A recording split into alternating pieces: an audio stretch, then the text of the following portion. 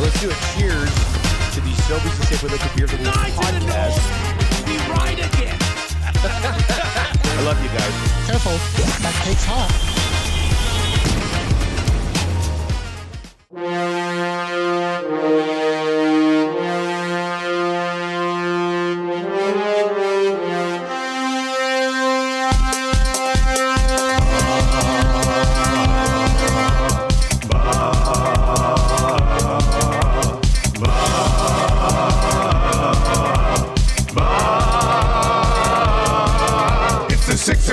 Check-in, come on, let's go.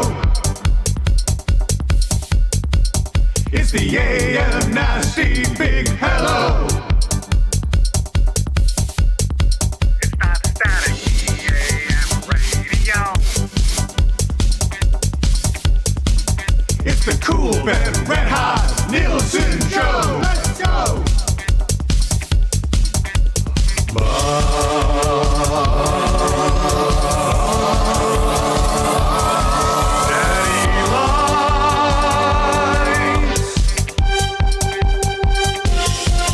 Everybody tuning in, even my wife. Mommy likes too. And those Macromala intros are cutting like a knife. Hey, it's Mitch texting in, he's your dealer for life. Let's crack a 6 o'clock and lager with some sirloin bites.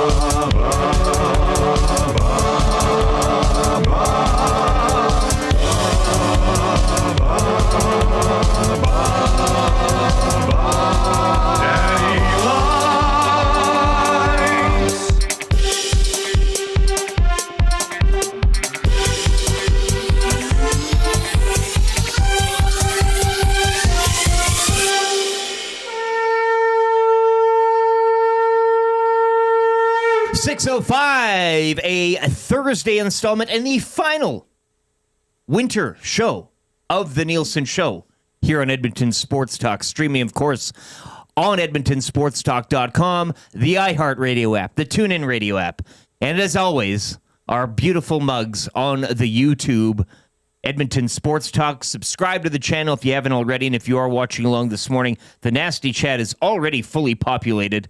Got a lot of great messages in there. Some map pins need to be laid out as well. But hit the like, pound that thumbs up, and let's get to 100 lickety-split this morning. As I said, final day of winter.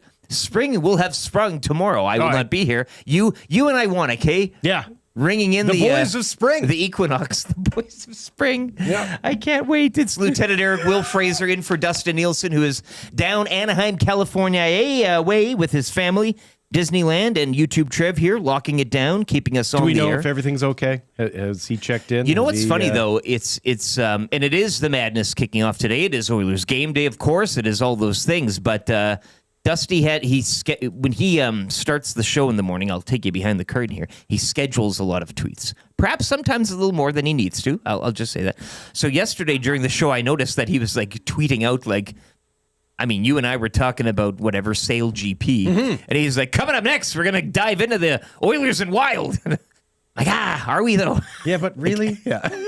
So a couple of schedules, I think, got away on him there, but you can't fault him for trying there. I think, though, and I'm just perusing his X account. Yeah. Now, I know the Lakers were involved last night, but it doesn't look like win? Luka win? Yeah, well, he had hell of a first quarter there, hey? Like, but he hasn't really been kind of getting on there like he normally does. So that's I think that's good for his marriage. He's enjoying his vacation, as he should be. I mean, time off is time off, and it should be taken like that. So hopefully he's having a good time. No news is good news, right? I mean, yes. Yeah, in this sense. Yeah. He'll show us all the pictures when he gets back and the photo albums. Yeah. Tammy does a good job of posting on Facebook all of their adventures. Yeah, the 3 days he spent in emergency. Like, that's the story that we're going to come back with. Well, apparently Jasmine went stateside. She came back. Did you see this, Trev, too? On her Instagram? She's got a broken foot or something. Really? She'll tell you all about it tomorrow on the Hangout. Jasmine's back. And speaking of injuries stateside, which that keeps me up at night. That's stuff of nightmares for me. Getting hurt or getting in sort of any medical or legal trouble stateside these days. Don't want any part of it. Yeah. Not for me. The Nielson Show presented by Southport Chevrolet. Drive a little, save a lot. It is Charge. It is Sales Truck Month as well. Lower interest rates on Silverados and HD, 0% for up to 72 months on Silverado Custom and Custom Trail Boss. Silverado, of course, built right here in Canada. We also got 90-day payment deferrals or $10,000 cash back with the purchase of a new vehicle. So drive a little, save a lot out in Fort Saskatchewan today with Southport Chevrolet. As Will's firing up the board, I love to see it here on a Thursday. We're just going to wait for it to load up here once the colors get all bright and shiny. Well, yeah. I love your hand mashing of it and just 5 clips playing all at once. Here we go. Here you go. Reading Jay. Oh, I'm sorry. Did I? Oh, Pulp Fiction in there, I think. I think so, yeah. Wow. Nasty chat again, humming along. Savage the Plumber, good to see you, buddy. Morning Nasties checking in from Great Falls, Montana. I don't know if we have anything from Montana. You've seen our map, hey, with the pins in it, where people listen from. I have. The pin in, yes. I don't know. So that's a listener map. Okay. I took that completely wrong.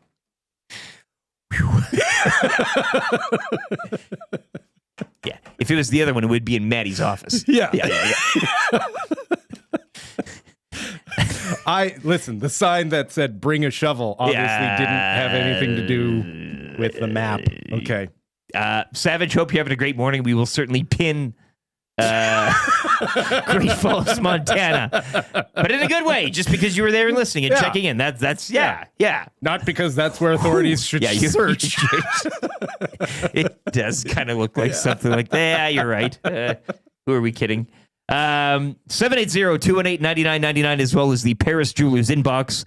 It is game day. It's a great day. So text in. Once again, Paris Jewelers, do not pay for 1 year flexible payment options. 55% off select items right now. The once a year sale currently going. Items sell it fast. Get it or regret it. 22 stores, 4 provinces. You can shop here. West End, Kingsway, Londonderry, Sherwood Park, and St. Albert Center, or online at parisjewelers.com. Oilers Jets tonight. And as mentioned, if you do get the text of the day today, it is that Oilers special at A&W, $5 Mama Burger and medium fries. Can't get a better deal than that in the city, I don't think. Also, A&W's got the stacker sandwiches as well.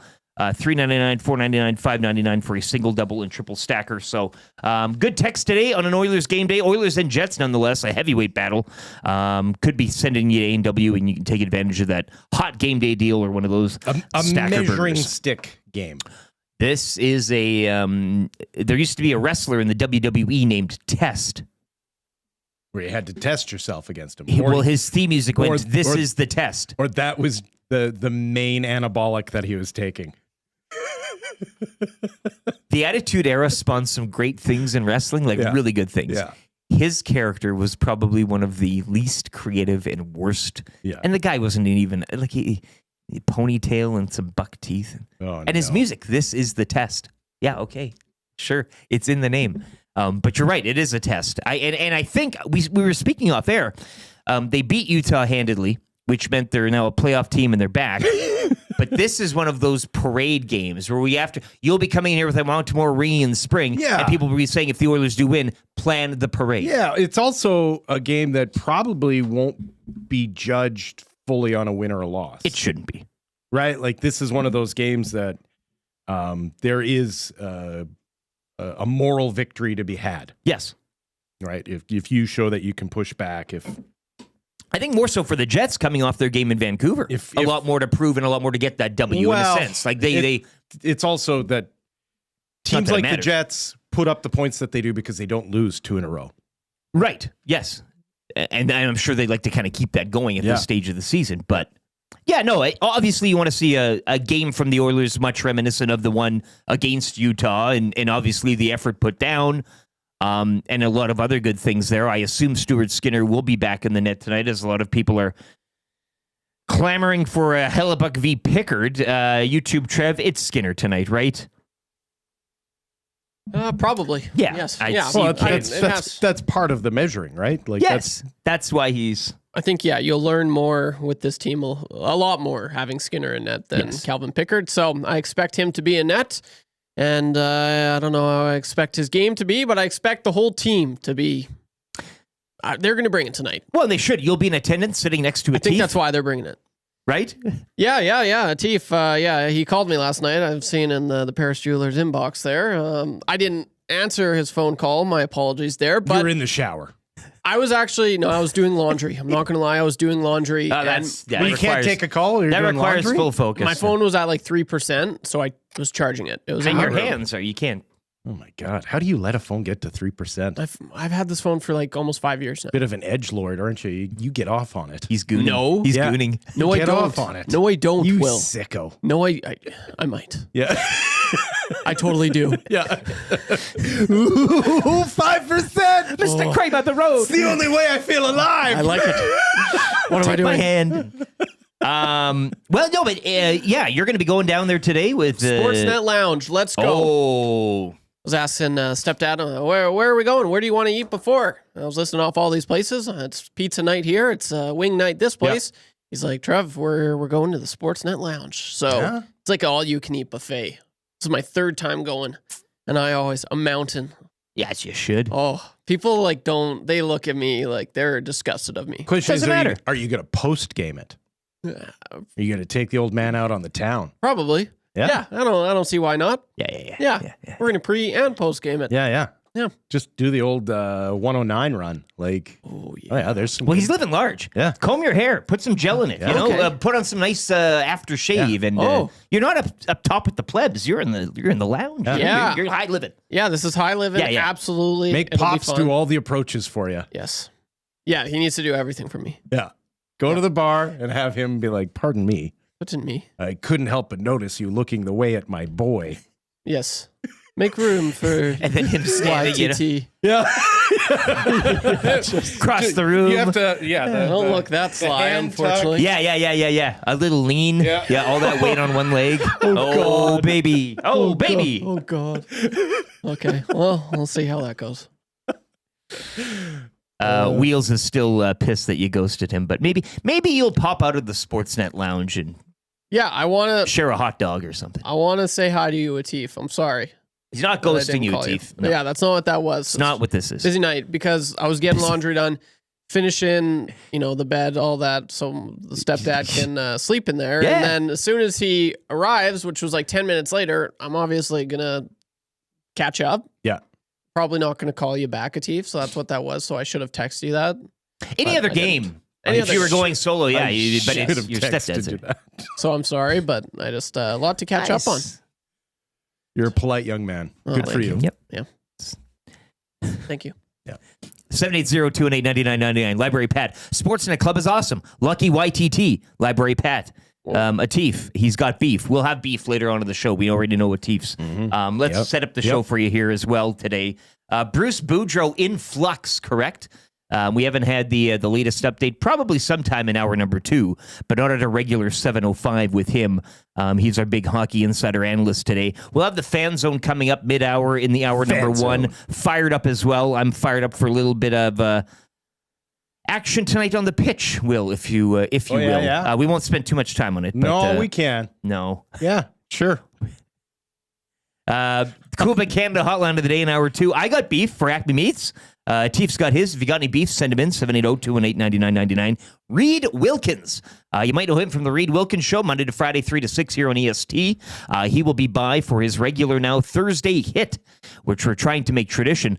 The tradition of it is Dusty's been forgetting about it, and Reed's been joining in just... That's a nice tradition. Yes. But Reed plays along. He's a big Def Leppard guy. Is he? Yeah. I know Somebody you had to mentioned be. it yesterday. Yeah, somebody had to be. I'm gonna ask him his favorite Def Leppard song and album. Let's Just get on rocked. the spot. Don't tell him though. I want him to just off the top of his head because they have an extensive catalog. Well, they have pre and post bus crash, right? Like,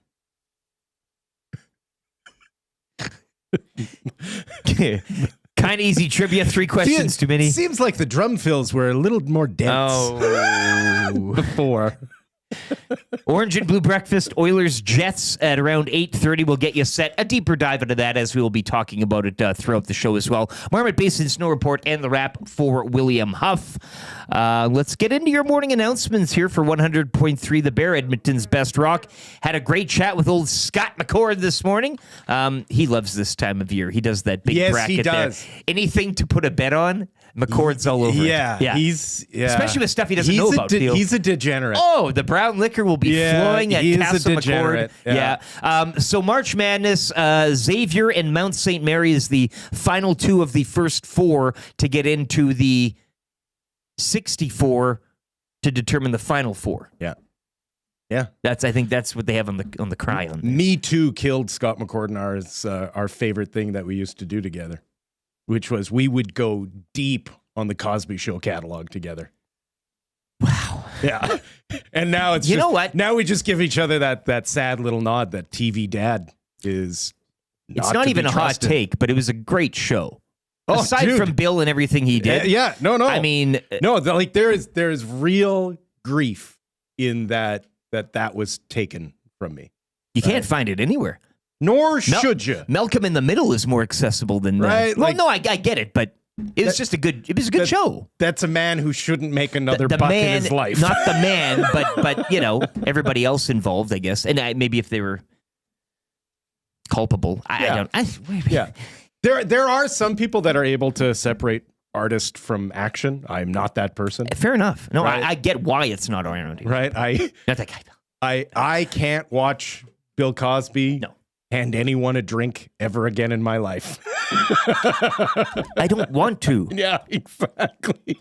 2 games around the NHL last night. We'll get to the madness as well throughout the show. If you've got your brackets, once again, too, we have a EST, Edmonton Sports Talk bracket up at ESPN. If you go to ESPN, you go into their bracket area, search up Edmonton Sports Talk. You can join. It's free. It's fun. It's whatever.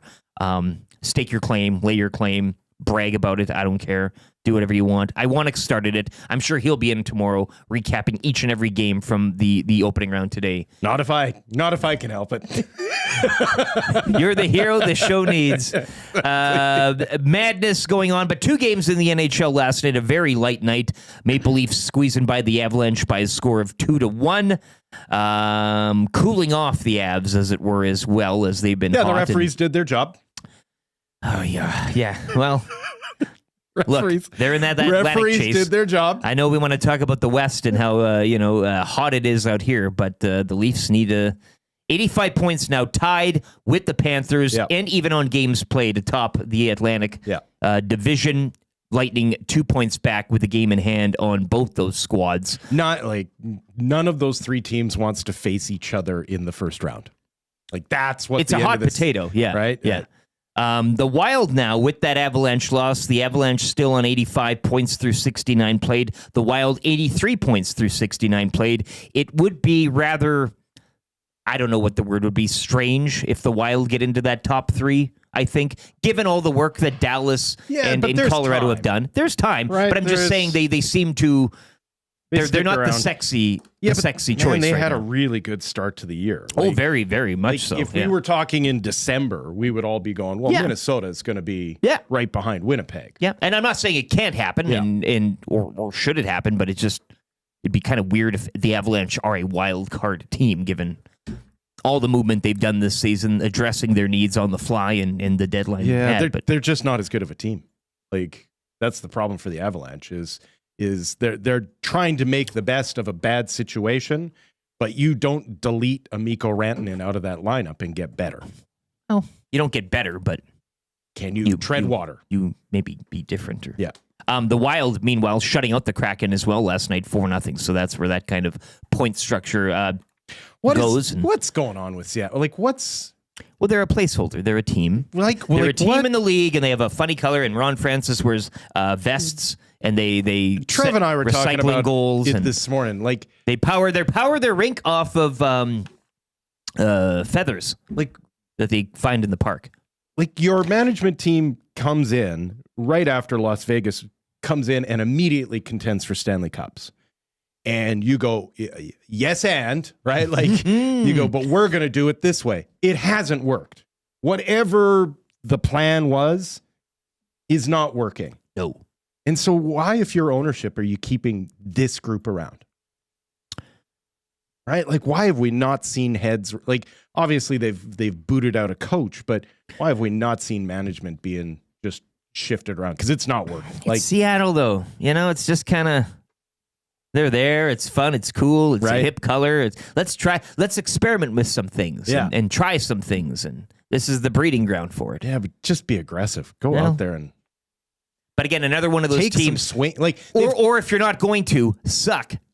Because again, this is a franchise that to me right now has purgatory written all over. That's what I mean. Yeah. Like either burn it to the ground, or take a swing. Yeah, like they haven't. Like there have been guys out there. There have been people of it. Like even right now, a Pettersson, an Elias Pettersson, you could get him for a song out of Vancouver, just because the Canucks hate the idea of paying that guy as much money as he's due. So you could go and get a guy who might be something. Take a swing. They're not taking any sort of chances, and it's not paying off. I think McCrimmon set a pretty high bar that not a lot of people are even going to, the way and he. What a loser. If I had I had a manager who's like, yeah, he did it, but we can't do what he did, I would just be. That's 95% of the league, though. Yeah, the things he does and the way he gets creative with the cap and the everything else. So, no, I get it, but it just seems to me like they're always kind of going to, at least for the next little while, be that. Hey, yeah, how you doing? But they're not even plucky underdog, right? No, they have no identity. No. Well, it's a Kraken. It's the big S. NBA picture from last night, too, and we would have thought Dusty would have reared his beautiful head online with this one. Lakers taking care of the Nuggets 120-108. Luka Doncic, he had an electric opening quarter, finished 31 points on the evening. Austin Reeves, a cool 22 as well in that one. Yep. As the NBA West continues to just be... playoffs are going to be fun to watch. Wild. Yeah, I mean, playoffs are going to be wild this year in the NBA West. It's really something right now. Thunder, of course, still leading the pack, and by a lot. Both the Thunder and the Cavs are your number one seeds, but below them in the West and the East, I guess you could make a case for the Celtics just six back. Yeah. But the West is every second day you look at that roster from either 2 to where do you want to go? 7, I guess, maybe. Yeah. 5. It's shifting a lot. So fun to watch down the stretch here, certainly in the NBA's West. Taking a look at games tonight, 5 later on tonight, including the Raptors visiting the Golden State Warriors and the Knicks in Charlotte to take on the Hornets. Lakers also back on the court when they entertain the Milwaukee Bucks.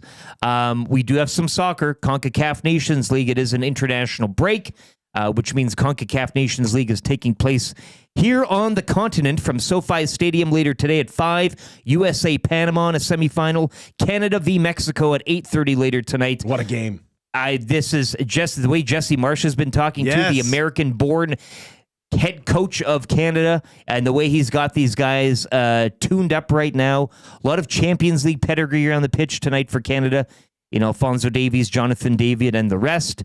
They're good. They're fairly healthy coming into this one. So, again, much like we saw during World Cup qualifying when Canada took on Mexico here at the Azteca. Yeah. These are two nations that traditionally you would say, oh, it's Mexico. They're going to wax them. Not so much anymore. They will play tonight, semifinals. The final will go Sunday between either the winner of USA Panama and Canada Mexico. And even with the political stuff going on, USA Panama should be a heated affair. It's also growing up watching soccer, Team Canada soccer. It was just always games that didn't matter. Craig Forrest letting in 8, right? Yeah. And still being the best player on the pitch, right? Let's in 8, and they're like, yeah, but he could have let in 15. Sure. It's one of those.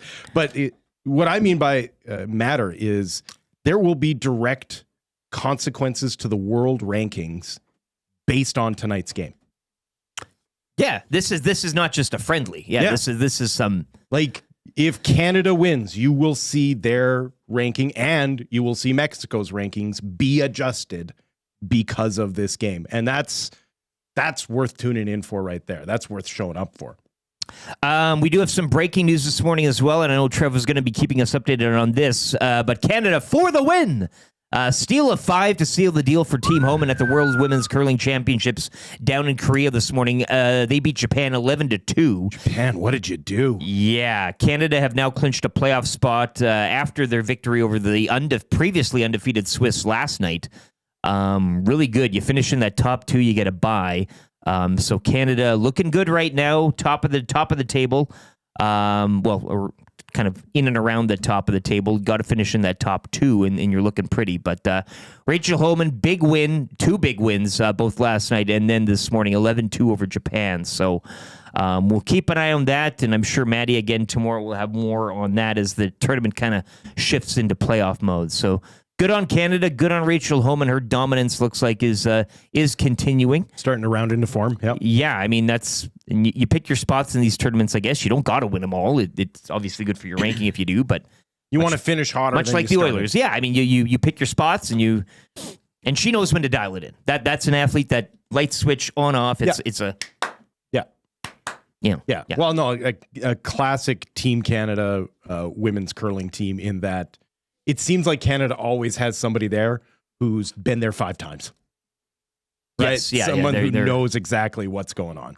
Yeah, how the week goes and how to set yourself up. The Nielson Show, Lieutenant Eric Will Fraser coming to you live from the Popeyes Louisiana Kitchen Studio as well. Reed's favorite place for fried chicken. You can get the value menu right now featuring the 5-piece nuggets, fried pickles, mini chicken wrap, mini chicken sandwich, and or blackened cauliflower, all for just $4 each. So a great deal today as well if you're looking to fuel up prior to tonight's big game. Of course, Oilers Jets. Tom Gazzola will be on. It is a 7 o'clock puck drop, I would assume. I haven't officially looked tonight, as most are. Well, 7 o'clock is listed. It'll probably be, 7:20? 18, some weird number like that. Like, just do it like baseball. It's only one does. anthem, though. Get down to the It's a one anthem night. It's a one anthem night. One anthem night. Gotta love that. They could get off and rolling. So, yeah, technically 7 o'clock start. So maybe a 7:08. So that's what you're going? That's you're going to pick that square? Yeah. The 47-18-4 Winnipeg Jets, the 40-24-4 Edmonton Oilers.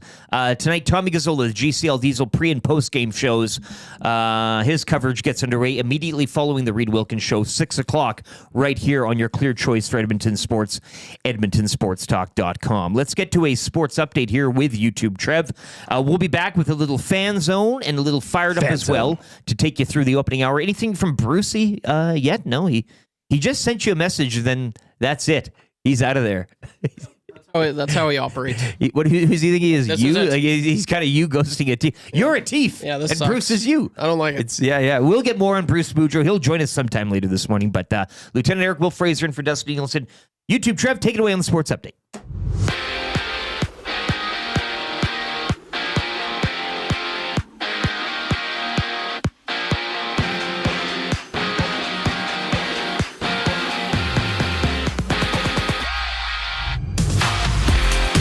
Just 2 games in the NHL last night, which saw the Maple Leafs hold on to a 2-1 win over the Colorado Avalanche. And the Wild blank the Kraken 4-0 is the score. The Edmonton Oilers are back in action tonight when they take on the league's best Winnipeg Jets. You can join Tom Gazzola and Hernan Salas for the GCL Diesel pre- and post-game shows starting at 6 right here on Edmonton Sports Talk. 12 other games around the NHL tonight. The Senators welcome in the Avalanche. The Flames take on the Devils. The Rangers host the Maple Leafs. Canadians are on the road taking on the Islanders. And the Canucks are in St. Louis to play the Blues. Last night in the LGT Women's World Curling Championship, Homan's Canada rink defeats Switzerland 7-6, handing the Swiss their first loss of the tournament. And just now, Homan's rink has clinched a playoff berth after an 11-2 victory over Japan. 11 games in the association last night. The Lakers defeat the Nuggets 120-108.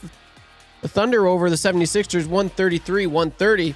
And the Kings hand the Cavaliers their 3rd straight loss. 123-119 is the score. Tonight, 5 games in the association, including the Golden State Warriors hosting the Raptors. Tip-off for this one goes at 8 o'clock.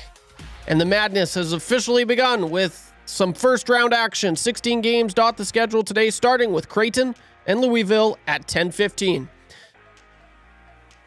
Join Dustin, Nielson, Trey, and Tyrell Ford and other special guests on Tuesday, April 8th at the Bell and Scona for Edmonton Sports Talk Bids for Kids presented by GS Construction, a live on-location show featuring a delicious appetizer buffet, silent auction, 50/50, and more. Tickets are limited. Find them today at www.kidsportsbidsforkids.com.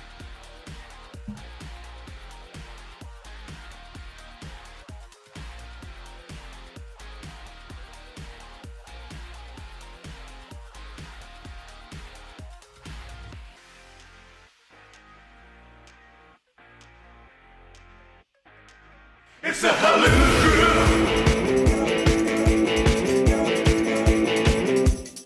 It's the Halloo Crew.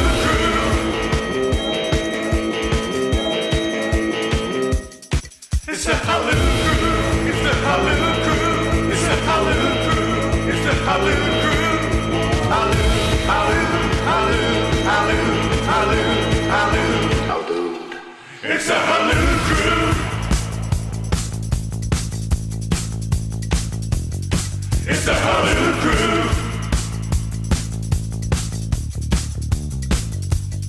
It's the Halloo Crew. It's the Halloo Crew. It's the Halloo Crew. It's the Halloo Crew. Halloo, halloo, halloo, halloo, halloo, halloo, halloo, halloo. It's the Halloo Crew.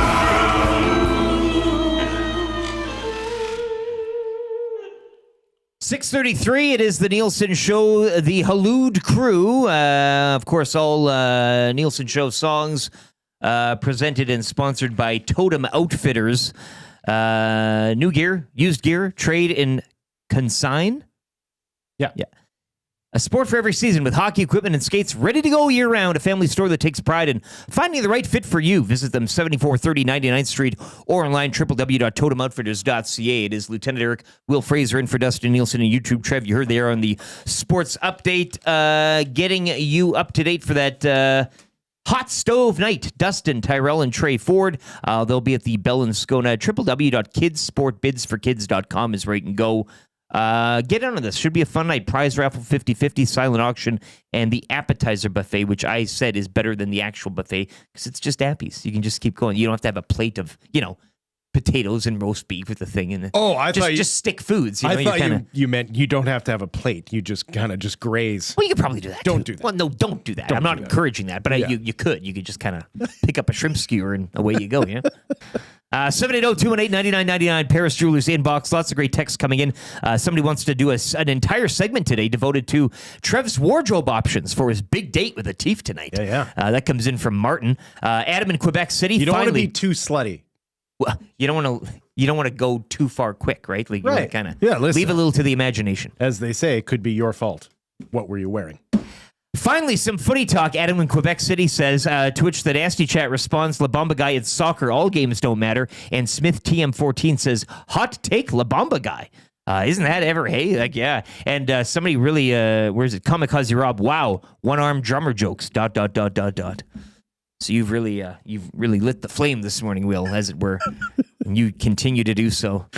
I didn't have Bill Cosby on the bingo card today, but here we go. I am not the first person to make the Def Leppard one-armed drummer joke. No, you're not. Of course. Reed would even probably get a chuckle from it. He's heard it so many times. He's a sicko, though. He laughs at that kind of stuff. At least the Elks got a Ford that will actually start consistently. Scalding Gourd. Ford jokes. Now, are you talking the fact that they didn't start Trey a lot last season and now Tyrell will be a regular starter in the secondary, or is this a vehicle more so? I think it's because it could go the other way as well. Trey didn't get a lot of, I think Kelvin said that while peeing on a Ford sign. That's what he was mumbling. Yeah. Big Maple says Trev should dress up as a dill pickle, as Atif is one half of the Pickle podcast. Not happening. That's not too. Maybe bring a jar of Polsky Gorkies, though. See if you can smuggle those in as a little treat for. I don't even know what that is. What? A Polsky Gorky? Polsky or Gorky? Yeah, it's a Polish pickle. Yeah. Oh, jeez. Why can't they just call it a Polish pickle? That's way too tough. You're in Canada. Speak Canadian. Portsky Gorlig. Polsky Gorky You Yeah. throw that one at Atif tonight. It's See what hockey. see how he Yeah. handles it. Okay. Yeah, just What? Atif, Polsky Okorki to you. I need to write that down. Yeah. Jeez. We'll get it. Yeah. Polsky I like or- old school xenophobia too, right? Or Gorky. Like there was a time where like the Polish guys were the ones getting picked on, Sure. right? Like this old Polak over here. Yeah. Yeah. I'd say bring it back. you that watching the Cosby Show, eating your Polsky Agorki Yes, pickles. Yes, exactly. take us there. 2 degrees for a high this afternoon as well. -5 to get your day going. Once again, Jets in town tonight, taking on the Oilers. As we mentioned, a stiffer test. This is a test. This is a test for the Oilers. This is a 4-game home trip to which they will welcome in the Kraken over the weekend. A few days off, and then another test against the Stars to wrap up the 4 gamers. So it's cold, it's hot, it's cold, it's hot again on this homestand for the Mighty Oil. Let's get into the fan zone quickly here for fans first as well. If you are looking to get to tonight's game on a bit of a cheaper cost, fansfirst.ca, by fans for fans, no fees. That's the key. Get your tickets for Oilers Cup Run at fansfirst.ca. This is the fan zone. I wanted to just get your thoughts too. You've been keeping up with Sale GP, have you, since our talk yesterday? I can't get enough. What do we got on the docket for today? Is there a... There's not, like I said. are there any crews out in the chop? The 21st. So on Friday. Friday is when the weekend's competition in San Francisco kicks off. Once again, Canada in the top 5 of nations. It's going to be a hell of a course. And San Francisco, as you know, those wins can be a little unpredictable. So we could see some dramatic events unfold. You are like the gauger to Formula One now. Yeah, this is going to be Sale my baby. GP is your Sale thing. GP is my baby. We'll bring you on as an analyst, insider. I like insider. Actually, you'll know what's kind of going on between the masts with Will Fraser. Fraser is leading us into the attitude era of EST. Big Maple says. Yeah. Troll says, "Wait, people stop making fun of the Polish." Joking. Atif, can I go to Totem Outfitters without a membership card? You should probably just buy an EST membership, Atif, so we can stop joking around with that. It's really not funny. Nasty Chat humming along VR Montenegro. When's Dusty back again? As he asks every morning that Dusty's gone. Dusty will be returning Wednesday. The real fun of this whole experiment is Matty Iwanekson tomorrow with you, and that should be great. That's always. I've watched a couple Matthew of those. Iwanek and me both doing impressions of Matthew Iwanek for 3 hours. You be the judge on who does the best one. Where would you rather be? Hey. 780-218-9999. Fan zone. I don't sound like that. Are you heading to tonight's game? Let us know. Fan zone 780-218-9999. That's where I wanted to go. Trevor's going tonight. We have somebody in-house. It's nice. We can the good thing is you're going tonight. You'll be back tomorrow. You should be back tomorrow morning to recap your night. We talk about the games. We watch them. We have people here at EST that go and cover the games. But to have a fan in the fan zone going to the game tonight as a fan, not in the media stoop, not glancing down and not cheering, but going there, as we said, I've offered you my cowbell. We said, are you going to wear a flag as a cape and any of that stuff? You said no. Sportsnet Lounge tonight. But again, your level of excitement, Trev, I'm not joking about spending some time with Atif. You don't have to sit the whole game with him, but perhaps a period. But it'll be nice to get your point of view tomorrow morning with the boys as well to take us through this big test. Oh yeah. No, I'm super pumped. It'll be a great game. Like going to Oilers games is always fun, but when it's this time of the year, when I was growing up back home, coming to Edmonton to watch a game and late, mid-March, it was always really exciting. So a lot of really cool headlines going into this one. I'm excited to see the third line tonight. Podkolzin, Nugent Hopkins, Arvidsson, they might have something there. That'll be awesome. And Leon Draisaitl, didn't think about this, but he didn't score his 50th the other night. If I'm in attendance for Leon Draisaitl's 50th goal, 50th goal, that would be awesome. I'm wearing the Draisaitl jersey tonight, so that's going to be great. And I will be getting a photo with Atif. I will be. I have to. You got to make the I'll make sure to do that. But I'm pumped. It'll be awesome. If there's any nasties that are going to the game, definitely don't be afraid to say hi. I love saying hi to everyone, and that would be really cool. So I'm pumped. I'm going to have a few brewskis, not going to lie. And I'll have some stories. I'll make sure to have a fun night so I can tell, Maddie all the stories that I had last night. Is that Polish for beer, brewski? Brewski. Oh, maybe. I don't know. I don't know. Brewski O'Gorky. Gorky. Yeah. Well, you don't even have to wear a coat Brewski tonight. O'Gorky. It's one of those nights. Again, playoffs is in the air type of thing. It's Yeah, can't hit good. the fast forward button, but close enough here as the last day of winter. That's the, fingers crossed that we get to see playoff McDavid out there tonight. Yeah, that'd be great. Yeah. And I wanted to ask Bruce this too, because, I think you brought it up too, and how Knobloch's been playing with the lines as of late. You can look at it as a negative, but you can also look at it as he's trying to find certain things that he can tuck away in his pocket for later. And this is the time, I guess, to do it. They have some soft ones coming up later on in their schedule. A handful of games against the Sharks, it seems. They've left all those till the end of the season. I think 3 in the final couple of weeks. But yes, I think if they can build off of these 3 wins, the 2 in New York here, the 7-1 over Utah, into which, I've consistently mentioned, I think this team, one of the signatures of it is scoring goals en masse, like in big groups and in large, collections. Maybe they are now rounding into form. And again, as to some tweets just as early as last week saying they won't make the playoffs, here we are. Hey, who would have thought? God. Who would have thought? Well, it's just so stupid. Who could have guessed? I get it, but, again, much like we were talking Rachel Homan, there are times in a schedule where you can, okay, maybe this is the time to experiment a bit and see what we can have. If it doesn't work, it doesn't work. Oh, well. I mean, again, taking a look at the standings this morning, we went over the Central, we went over the Atlantic. In the Pacific as it stands, Vegas, 67 played, 86 points. Edmonton, 68 played, 84 points. Kings, 66 played, 81 points. The thing changes. We were talking about the NBA's West as well. So they're in the mix. They should be firmly in the mix. And instead of withering away down the stretch, at the very least, playing 600, right? We saw a play in the last game that I'm going to be interested to see if this is something the Oilers are going to try and execute on a more regular basis. And it was that bumper pass that Bouchard gave to McDavid.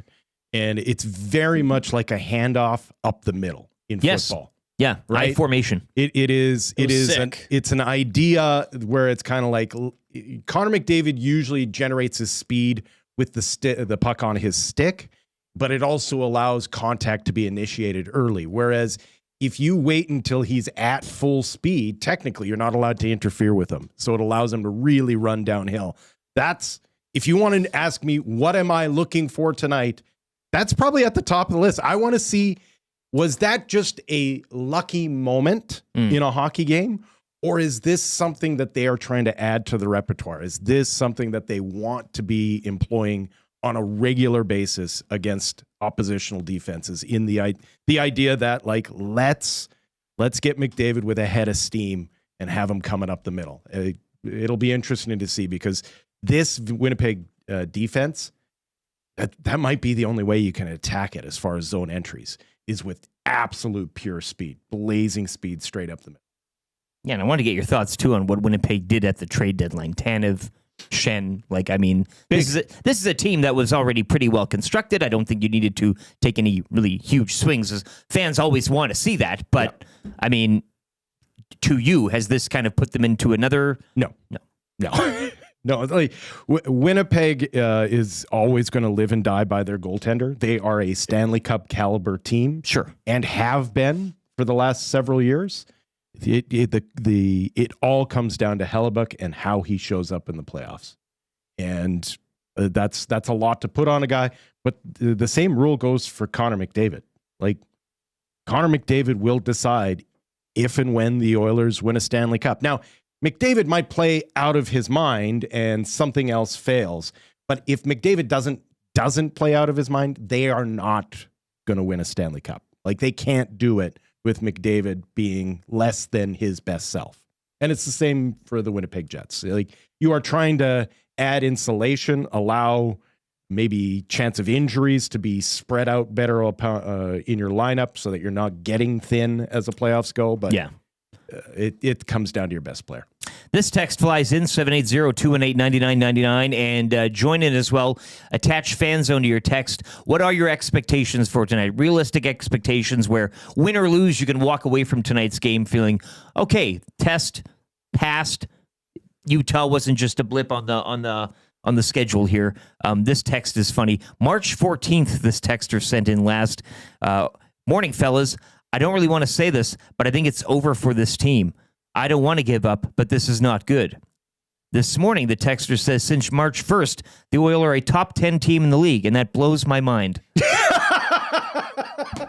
6 days in between those two texts this texter sends in. To my earlier point, and I will repeat, March 14th, morning, fellas, don't really want to say it, but I think it's over for this team. I don't want to give up, but this is not good. He comes back 6 days later with this little stat nugget. Since March 1st, the Oilers are a top 10 team in the league, and it blows my mind. Yeah.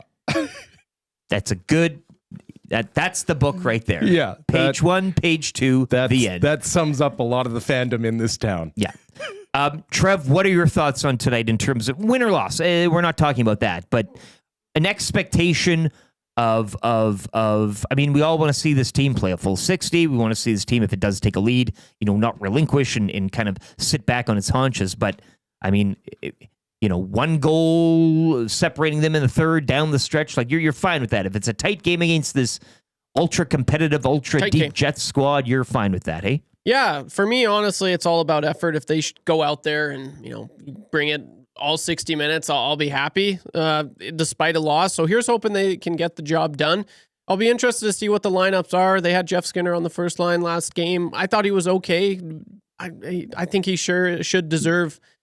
Like, I feel like more players this season have played way less and have been given way more shots in the top six. So I think he's more. I think he deserves another shot in the top six. Well, it'll be interesting to see the lines later today. It will. It will. That's what I'm kind of. So I'll be keeping a keen eye on that. It'll be third line versus third line. I just mentioned that Nuge and Arvidsson and Podkolzin, but the Jets do have probably it's not even close the third best or the best third line in all of hockey, with Adam Lowry and Mason Appleton and Niederreiter is there as well. So that'll be good, but I'm expecting a close game. Like, I don't think you're not going to be getting a 7-1. It'll be a 1-goal game.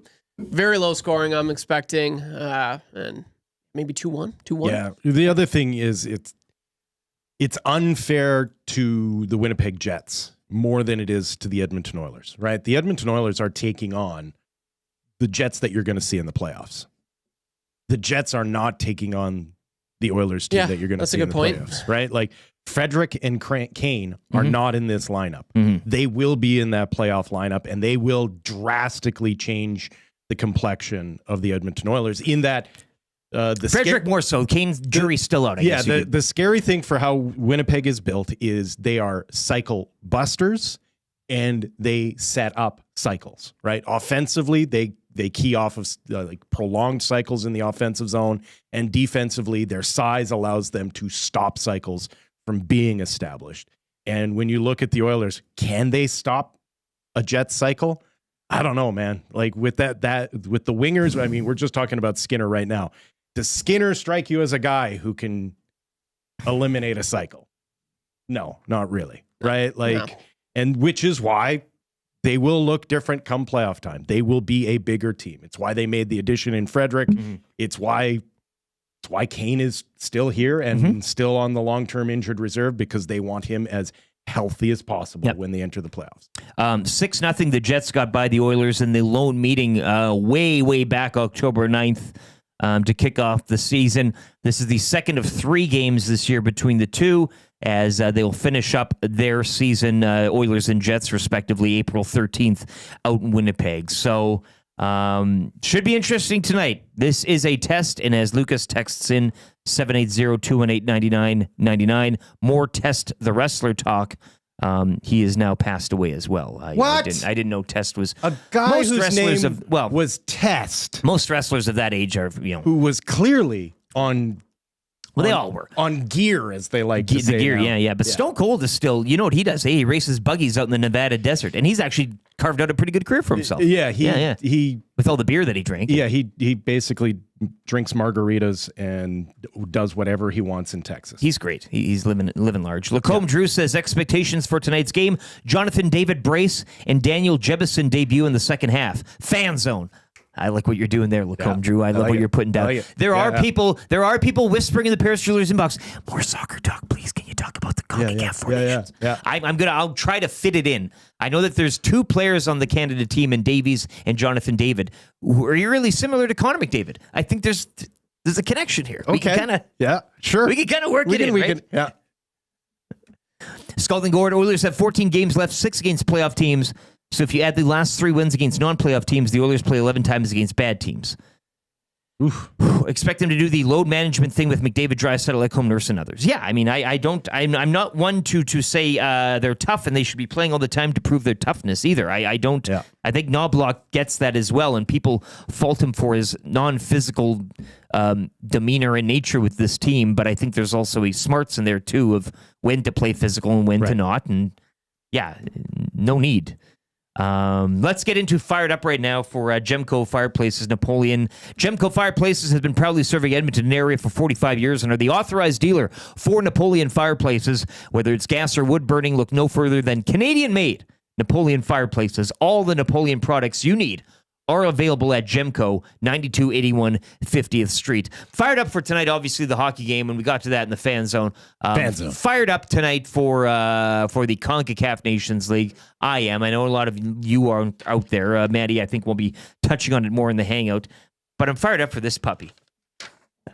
And you've been here with me since Tuesday. I've had a blank March Madness paper sitting on this table. I've been folding it. I've been creasing it. I've been You've dog-eared a few it to coffee death. stains on it. Yeah. Well, I'm getting the character about it now, right? Yeah. Like it's worn. I might It has a fine patina. might take a candle to the edges, and really scroll it up here. But the madness begins today, and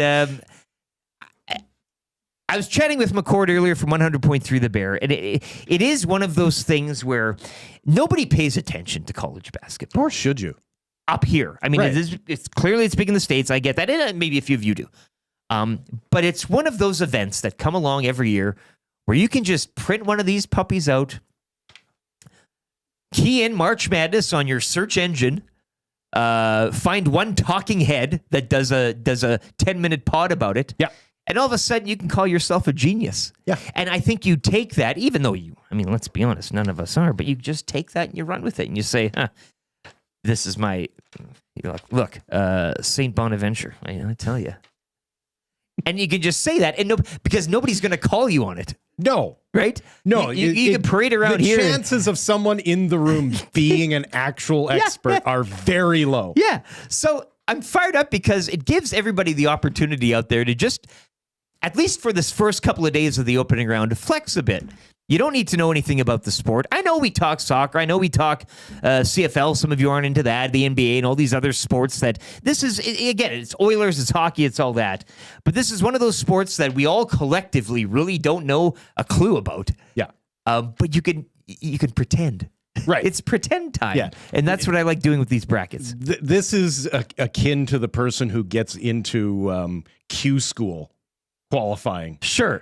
on the PGA. Yeah, Right? yeah. Where they're sitting there like, oh, this young kid, like he's got real promise. And you're like, sure, man. Sure, I have no it's idea Q what you're school. talking about. Yeah.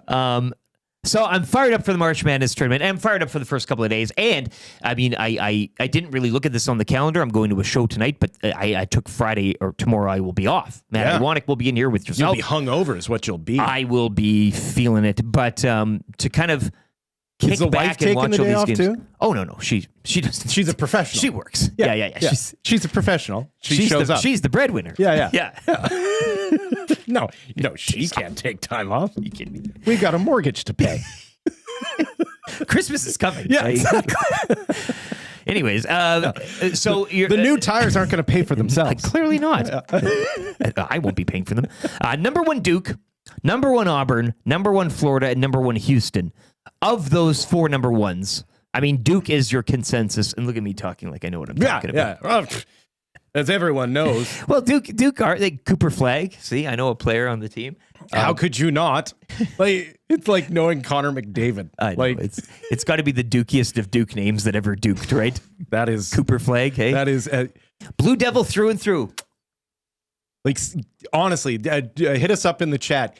Give us a whiter American name. Give us a better Duke University Yeah, basketball give us name a than Cooper whiter Flag. Bet you American can't. name. Bet you can't. Than Cooper flag. You did fill out a bracket the other day. Do you know? Did you bring it home? You put it on your I have fridge? no idea. I left it out there. I said, Maddie, here's my bracket. And he's like, wow, just leave it here. And so that's what I did. Trev, you filled one out, but you said you left it at home.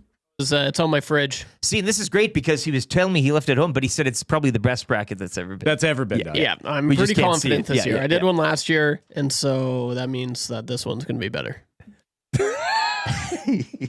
Explain the Experience. logic. Yeah, Explain the logic. Yeah. It's experience. Experience tells you you'll be better. Yeah, Then that's how it works. Experience. Bracketology, It's they call everything. it. Bracketology. You do something experience once. should tell you that you don't have a chance. That's what the experience should have. Mine was informed really you. good. So the right side, I had like The right side. of my bracket. It was Which region? The it was right- almost 100%. It was the right side. I remember Dustin cleaned up being the like, Midwest. "Holy crap!" But then the left side of the bracket, Oh, the left I side. got almost all of them wrong. So this year, I learned from last year, and the right side's going to be correct. The left side's also going to be correct, and then Yeah. I'm getting that $100. Have you thought of just shifting it 90 degrees? So now you're just dealing with top and bottom. Now you can't even get screwed over by left and right. That doesn't make any sense, Will. Wait a minute. That's not how it works. I've Will. never. So we're going from. Whoa. top and bottom. Ooh. So Yeah. If you just If you just turn If it you just flip 90 your bracket. degrees. now it's a different world. Now it's a completely Yes. different bracket. so my top was good last year. Yeah, you're Tommy. You got to work on the bottom. I need to work on my bottom. I did have NC State going to my Final Four last year. No. That's what I had. Come 11th, on. 11th ranked. You did that? I had heard. See, but I had this heard is- rumors. It had been Oh, people spoken were about talking. upon the wind People that were- someone had pulled that off. I never thought it could have been you. They beat number 4 Duke in the Elite Eight. Like you have to tell me that. I called that. Like you have to tell me that that's what happened. Kind of knew what I was doing. Like I didn't already know that. I can't wait for you and I wanted to discuss too because you know that he's going to like Duke's his school, Yeah. Yeah. right? Yeah, Like exactly. he went Yeah. there. Yeah. And- I'm all about Duke. And it's just kind of like, that's where you did your pre-med? What are you talking about? The madness tips off today, as Trev was mentioning in the sports update. Battle of the Birds, number 9 Creighton taking on number 8 Louisville at 10:15. So you got to get the brackets in by 10:15. We got some time post show. I'm going to scribble mine out quickly. High Point in Purdue. I'm going to read them all here. Montana, Wisconsin. SIUE in Houston. McNeese State and Clemson. Alabama State, number 1 Auburn. Georgia and Gonzaga, 9v8 in that one. VCU and BYU. Yep. Wofford Wofford. taking on Tennessee. Arkansas and Kansas. And a shout out to my buddy Pete in Regina, big Jayhawks fan. It's also his birthday today. He is going to be partying like it's whenever they won their championship last. But you know what I'm saying? This is a big day for him. Jayhawks basketball. Once again, you're looking at me like Rock, chalk, I Jayhawk. don't know. no, yeah. Drake. Oh, I know. Drake Drake. takes on Mizzou at later on this evening. Yale, Texas A&M, Utah State, UCLA, Omaha, St. John's. It just keeps going. UNCW, Texas Tech later tonight, and UC San Diego taking on number 5 Michigan. I wonder, a lot of games obviously in the opening round, and the opening round continues tomorrow as well. But fired up for Gemco Fireplaces. The first couple of days, it can't be beat. After that, I really don't care anymore. Yeah. I mean, if you see getting into the Elite Eight and whatever, the games, they're a week in between, and Right. it's too much time. Really slows down. Yeah, final April 7th, San Antonio. So yeah, get your brackets in once again. ESPN I'll go is ready to find go. mine. What's this? I'll go find mine. during I'd the love break. to see it. Yeah, yeah. If we could kind of, Yeah. we'll make some room carve out later on in the show. Yeah, and we thank can God. See if Bruce Boudreau get back to you yet? I was just gonna say yes. And 7:30. perfect. So There's no way it's our time. Like, well, he originally said 9:30. right. Yeah. There's no way this works out. I think it is. Yeah. I think it will. He's calling Hawaii. You gotta have faith. He'll be it. Believe. I have. Believe Will. He's been a hit. Yeah, As of you course. know. Yeah, you've joined a He's couple of fantastic. times. It's just him and Gazdick are battling it out for the Thursday supremacy, I think. The Thursday morning wars between old Brucey and Bruce and Luke. But Bruce will be joining us again. Schedule change for hour 2 here on the Nielsen Show. We'll move I Got Beef to 7:05. So if you got any beefs, Let's hear him. Let's get him in. We're already a minute behind here, but I got beef coming up next. 780-218-9999. Get your beefs in. We'll touch on a Coolbet hotline of the day. That's where you can go. Stay cool, bet responsibly with the March Madness tournament. Brucey will be by at 7:30 and Reid Wilkins following that at around 7:45. That's hour 2 here on the Nielson Show. Lieutenant Eric Will Fraser in for Dustin Nielson. YouTube Trev with the sports update right now for Nisku Glass on your clear choice for Edmonton Sports, edmontonsportstalk.com.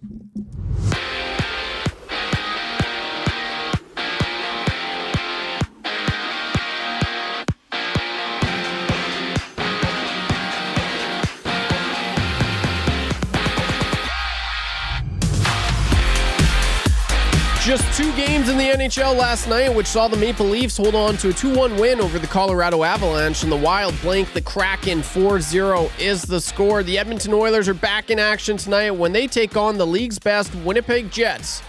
You can join Tom Gazzola and Hernan Salas for the GCL Diesel pre- and post-game shows starting at 6 right here on Edmonton Sports Talk. 12 other games around the NHL tonight. The Senators welcome in the Avalanche. Flames take on the Devils. The Rangers host the Maple Leafs. Canadians on the road taking on the Islanders. And the Canucks are in St. Louis to play the Blues. Last night in the LGT Women's World Curling Championship, Homan's Canada Rink defeats Switzerland 7-6, handing the Swiss their first loss of the tournament. And just a few moments ago, Homan's Rink has clinched a playoff berth after 11-2 victory over Japan. Over to the association, 11 games last night. The Lakers defeat the Nuggets 120-108. Thunder over the 76ers 133-130. And the Kings hand the Cavaliers their third straight loss 123-119. Tonight, 5 games in the association, including the Golden State Warriors hosting the Raptors. Tip-off for this one goes at 8 o'clock. And the madness officially begins today with some first-round action. 16 games dot the schedule, starting with Creighton and Louisville at 10:15. The sports update brought to you by Nisku Glass. We want to thank EST and all the listeners and viewers, and what better way than to give them a deal? Mention Edmonton Sports Talk or present your Nasty Club membership for a 10% discount on windshields, glass, or any of your window and door orders. Call us today to get that ugly broken windshield replaced or to start planning your spring renovation projects now.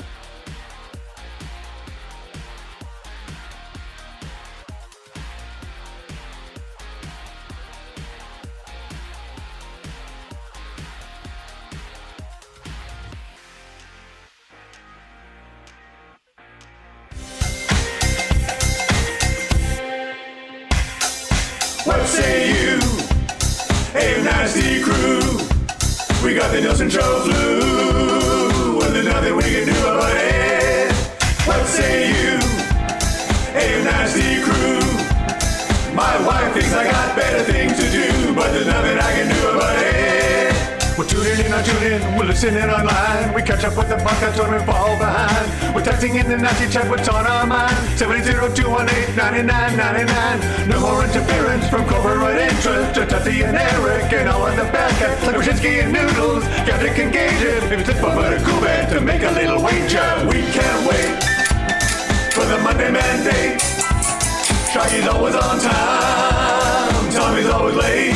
Would you like a cup of tea? Forget about the old place. Hey, we were number 1 in the text race. We don't miss all the commercial breaks, but we sure miss Nickelback today. We wanna hear some hot takes and we wanna hear Renee. Why not hold the neck up when I wanna kiss away? Beat left the tire fire and remember that name. We love every goal song, but what about the games? Macramel, Rapaport, Dragger, Engineer. It ain't Christmas season, but they sound like reindeer. Button and my cousin and the tales of the North. All about the game and present, Dusty go forth. What say you? AM Nasty crew. We got the Nielson Show flu. Well, there's nothing we can do about it. And there's nothing we can do about it. And there's nothing we can do about it. 7:06, it is the Nielson Show, edmontonsportstalk.com on the YouTube. If you are on there, subscribe and hit the thumbs up button. Hit the like today. Do it for Will. You don't get him all the time as praise But for you. more than they want. Yeah, well, less is more, right? Yes. Praise has been flying into the Paris Jewelers inbox, 780-218-9999. You can also catch us on the iHeart and TuneIn radio apps, and, of course, up at the home base, edmontonsportstalk.com. Bruce Boudreau will be joining us midway through the hour today. We'll have your Coolbet Canada hotline of the day as well. And Reid Wilkins will round out our number 2. You know him from the Reid Wilkins Show, 3 to 6 here on EST. I do believe, he was nice enough to ask me yesterday. He approaches me here in the office, and he got rather close, actually. It was like he was squaring more up. than you wanted. Yeah. No, and I don't have Yeah. a personal bubble or anything. I don't care. It was kind of neat. But he said, you getting Jamie Thomas on today? I said, no. I mean, if you pretty packed show as it is, if you want to get old JT on your program to preview the Jets and Oilers, by all means. He said, well, thank you, Eric. That's really good. And so I think he may be getting Jamie Thomas later today, but we'll see. We'll ask him. He'll join us at around 7:40, 7:45-ish. But right now, it's time for I Got Beef for Corey the Butcher and Acme Meats. Eat fresh, eat local, eat Acme. Acme Meats serving Edmonton for over 100 years, 9570 76th Avenue. If you got any beef, once again, text it in 780-218-9999. Or you can get involved in the nasty chat as well. Scalding Gord says, I got beef with VR and all those picking on Will. Come on, guys. He's trying. Hashtag participation trophy. Okay. I appreciate it, but I do have to correct him. I'm not trying. That's the charm of it all. Yeah. I appreciate the support. I really do. Thank you for sticking up for me. But just to put our cards on the table, I'm not trying. Daniel says, I got beef with Will Fraser not being a permanent employee of EST. Again, if offered, I'm sure you would turn it down. Yeah. Why would you want to have to then have the responsibility and the try? Yeah. I'm good. That I would treat it with a thank you. That is so nice. But however, what is this text from the Wolf? From the Wolf? There's the Wolf. Yeah. Just in case, Sir Edgelord gave me an idea this morning. Forgot to put the Edgelord in. Now running behind for work. I don't even know what that means. I don't know if I don't know to if text he it knows, to us. but yeah, I'm Sir Edgelord. Yes. That's me. I'm the Edgelord. Oh, that's right. We did call you the Edgelord. But now, what is? Okay. Do you see this text? What's he saying? He's sending a picture of himself as well. But forgot to put the Edgelord in. Maybe he forgot to charge his phone. Because the phone, that's where it came Is that from. like Phone's the Edgelord? Yeah. I'm an idiot. Now running behind for work. Yeah, it does sound like a text that was done in panic because his phone was about to die. Yeah. The Sir Edgelord, because you like having your phone on 3% battery, and that's letting where it you ride. get the juice. That's where you get. I don't like it. It just happened to be at 3%. You love Own it. Yeah, you yeah. sicko. Yeah. You love the it. hair on your arm stands up a bit. Yeah, You get a little bit of exactly. ooh, ah. You'll do anything to Okay, get, you got me, get your okay? fix. I don't just like it. Yeah. I love it. Every day, 3%. Yeah. You used to choke yourself. It's but at 10% now right it's now. just this. That's not enough. Yeah. It's the only way you can feel alive. You'll know when it's at 3%. Yeah. In like 20 minutes here. Get that dopamine hit. Yeah, exactly. More. You're going to hear it groan. Yeah. He'll plug it in, but loosely, so it doesn't even Yeah, charge. exactly. Yeah. Then he comes back to Or it, he's got it's a still- wireless charger, but he doesn't put it fully on. Yeah, So sure. he's never 100% sure if it's If actually. it is, I might come back there. It might be dead. Wow. It was sitting half off. Yeah. Do you have any beefs, Will? Is there a beef that you would like to get off your chest here for Acme Meats and Corey the Butcher? Off my chest. I know you had your grocery store beef that one time that we all kind of took and ran with. Yeah, listen, the farmer in me these days is really appreciating the slow thaw that we're going through. It helps seal in the moisture in the fields. It's actually it's a good thing. But if I go another day without seeing double digits on the temperature, I'm gonna weep a little bit because I always hate March. March is always the worst. In like a lamb, out like a lion. It's, Is that what it's a pardon me for saying this. Pardon my blue language. Bit of a cock tease of a month. You are on fire. It is. Yeah. It is. It's just it never gives you a straight answer on what's going on. Huh. Just Edgelord over there is having a hard time. He's not taking this one good. Rob from the Grove says, first YTT punches himself in the face to get a nosebleed. Now he lives on the edge with 3% battery life. No, I hear what you mean. I'm pretty much at this stage of the game, you know what's to come. So it's not, if it snows, I'm like, whatever. But Yeah, It's the icy sidewalks. I It's want the- to lower my shoulders a bit Yes. more. Like I want to feel relaxed. I think tonight too, as I said, don't wear a jacket tonight, Yeah. Trev. You'll have your jersey on. You No kinda jacket. no jacket. Yeah. No, No jacket. no. You don't need a jacket Like anymore. I did my run yesterday just in a bad mood the entire time. Really? It's just like, because you can never really relax into your rhythm. You're constantly trying to like not slip and fall on your face. Yes. It's just, yeah. it's kind of, I really like winter. Winter has a lot of positives. It's a time to reflect. I find this like late winter, early spring, my least favorite time of the year. It's dirty. Yeah. There's no green out. Like it's just kind of a little bit mucky and then icy and then I just kind of done. I'm kind of done with it all. Safety Bob in the nasty chat. I got a beef with Dusty. He's been off work more time in the last 3 months than I have in the last 3 years. Yeah, that's Well, CFL season is looming as well. that is completely legitimate. Look, he's the guy here. He gets the vacation time. It's more. He literally is going on vacation after missing a month of work due to illness.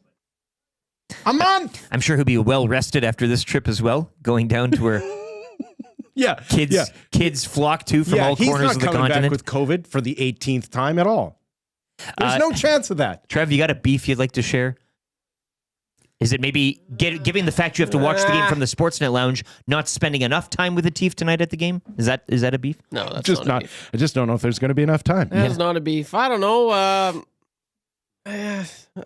Not really. I'm struggling this week. Like I don't. That's really okay. have No. the- If you can pass, it's like fine. there's if you don't. one Some annoying weeks you don't have a thing beef. that happens, and I guess I can say that's my beef, but this is like not my best beef. So don't rip me It's in not the a nasty competition. chat. It's not a competition. I hate when people are like, "Oh, this is crazy. Oh, I need to tell you this. Oh," like they really just get you hooked into a conversation, and you're just like, "Oh." So like, you hate talking and to so people? you pique your interest. You're like, what's this about? Oh, no, I can't tell you.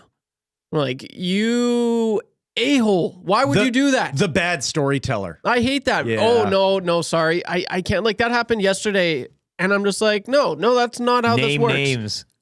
It was my brother. Okay. And I'm just No, like, no, your brother needs to name names. yeah, he does, because this is ridiculous. Like, you tell me, like, I'm bored, and I'm not really involved in the conversation. You kind of pique my interest with something, and then you say, oh, no, I can't tell you. I actually can't tell you.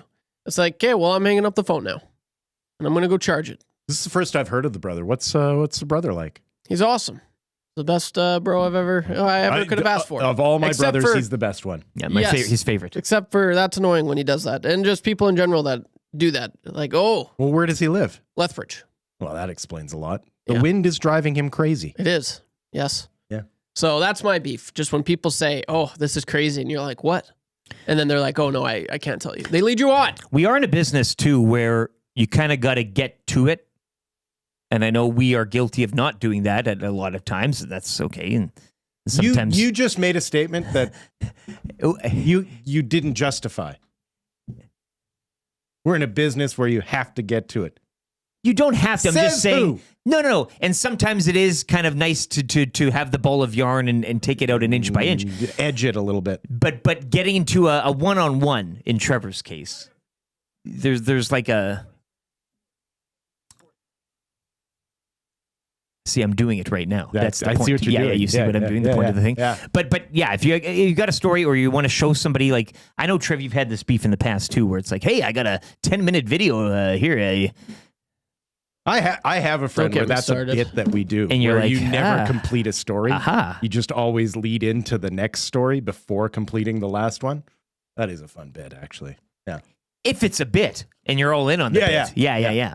But if you're out in the wild, I mean, it is In the wild, It it's can the be, best place to it do can the be- bit. Well, if you're the bit doer, not the bit receiver. Yeah. Yeah, that was a big beef of mine. It was like a year ago. Let me show you a video. And then it leads to another video and another video. Then and you're caught in the loop. And then you're like, oh, this is great. Just how about send me these and I can watch them on my own time. My wife has a parallel problem to her storytelling. She fills everything up with parentheticals. Right? So she'll start a story and then she'll have to fill in all of the surrounding details without ever actually telling the main bit of the story. Like, so I saw Lisa the other day. You remember Lisa? She was the one who dated the guy with the brown hair. You remember brown hair? Like, where it's like she never gets to the actual heart of what she was the whole talking point to of it all Lisa is about. lost, and you're getting a recipe for exactly. kimchi. She fills all of it with parentheticals. Yeah.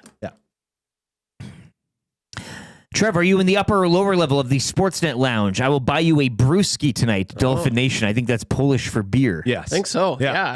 I actually don't know, but I will respond. You'll be all over, upper and lower.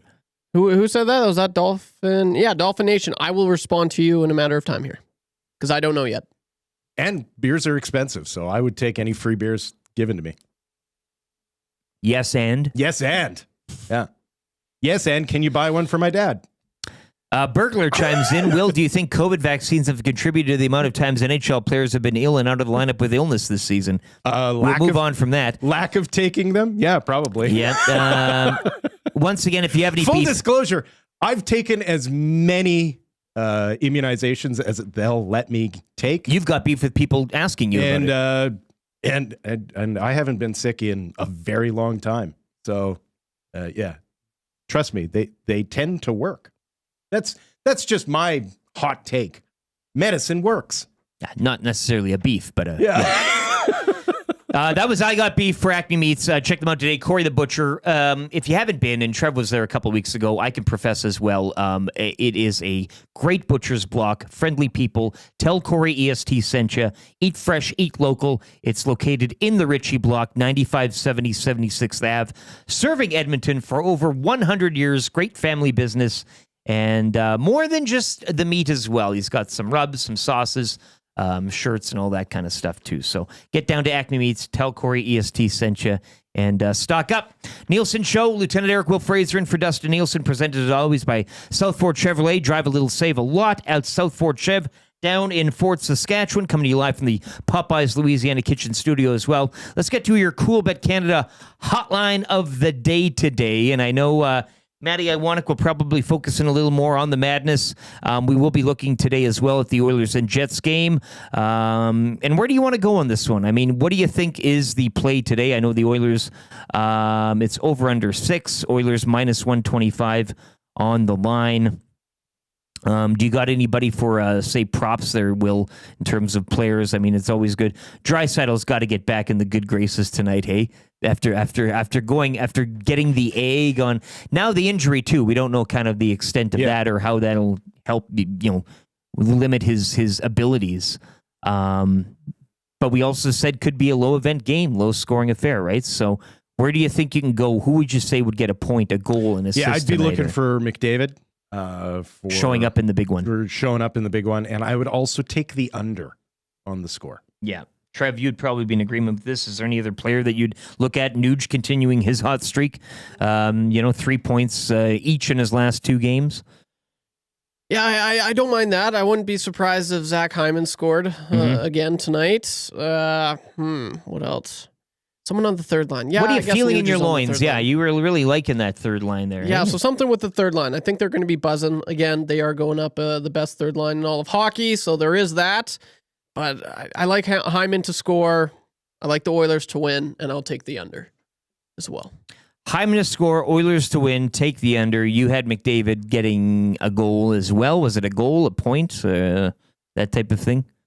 Just showing up. Just a showing point. up. Okay, yeah. So get on to Coolbet right now. I know the boys will be getting something together for that. It is the EST-WST Bowl, in which somebody did say in the nasty chat they are unsubscribing from Winnipeg Sports Talk for the next 24 hours in celebration and in reverence of tonight's game. So it is a bit of a grudge match out there with Huss and Remus and the rest of the gang out at Winnipeg Sports Talk. But always a good one. It is a rivalry, a Canadian rivalry, but not so much heated and bloodied as the wars between the Canucks and the Flames have been, I guess, here in the recent past. So should be a great game tonight. And if you want to lay down a bit, sprinkle a little, stay cool, bet responsibly, you could head over to coolbet.com and also the full slate of tonight's action as well around the NHL. Quite a few games tonight on the docket with the Oilers and Jets. It's one of 14 on a busy night. Kings, if we're out of town scoreboard watching, they'll be in Chicago to play the Blackhawks. The Golden Knights, they're at home to the Boston Bruins. You've also got the Stars entertaining the Lightning, which should be a fascinating affair. And a big one in St. Louis as the Blues, your Blues, who have been hot since their coaching change earlier this season, slowly, steadily building that heat. Yep. They're at home to the Vancouver Canucks in a crucial, really big matchup. yeah, big wild card matchup. Senators play an important one too tonight. They get the Avalanche. Colorado coming off that loss last night, and we'll see if the Flames can stick around in the mix too. Keep pace. Yeah, they're in New Jersey. A tough test against the Devils, but I think one, if you're competing for a wild card, should be kind of evenly matched there, and we'll see if Dustin Wolf can get back in the groove as well. Habs and Islanders, another. When you talk about wild card positioning, you did pick the Islanders, as one of your two teams to get one of those WC spots. So lots of intriguing matchups around the NHL later tonight. But of course, we'll be focused here. Oilers and Jets. Consequential hockey games. Very much so. Which, at this if stage you of the are, game. if you're not an Oilers fan, there's a lot of teams that's all you're hoping for. Just give me some consequential games in March. And so, if you're a Sens fan, if you're a Habs fan, if you're a Canucks fan, a Blues fan, even a Flames fan, these are games of consequence. Yeah, no, this should be great. That Blues Canucks game should be.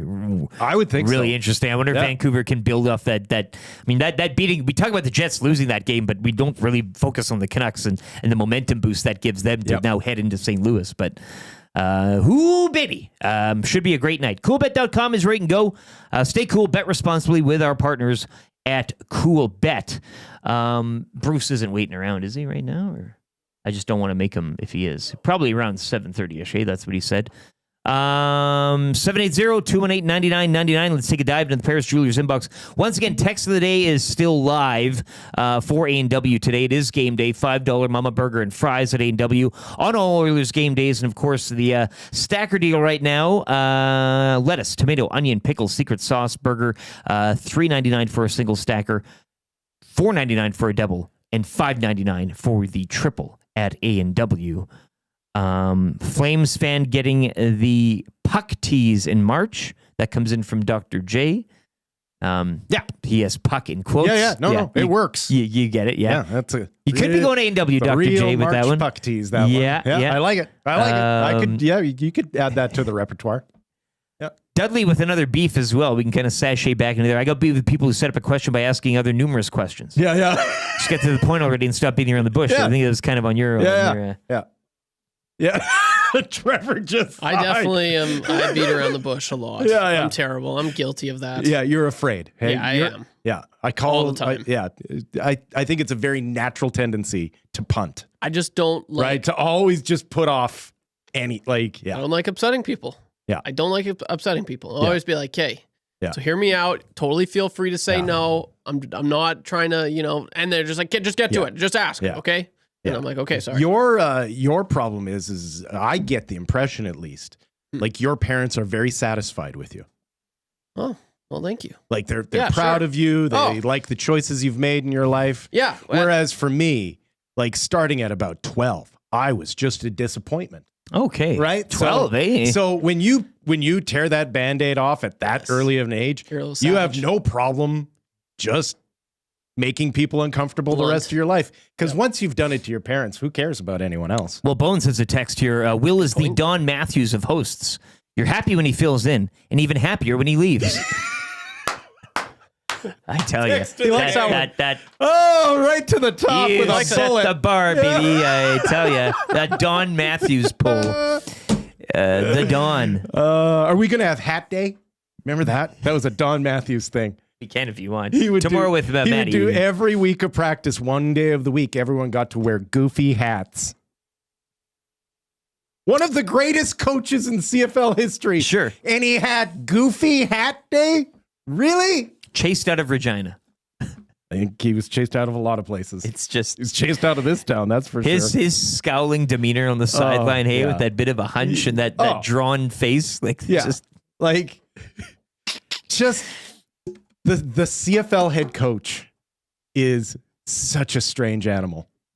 Like, very It's changed over time. no. Football coaches have changed over time. Like They're always of you don't get questionable. out the sled and They're like always that type of thing. questionable character, though. More players coach now, though. Eh?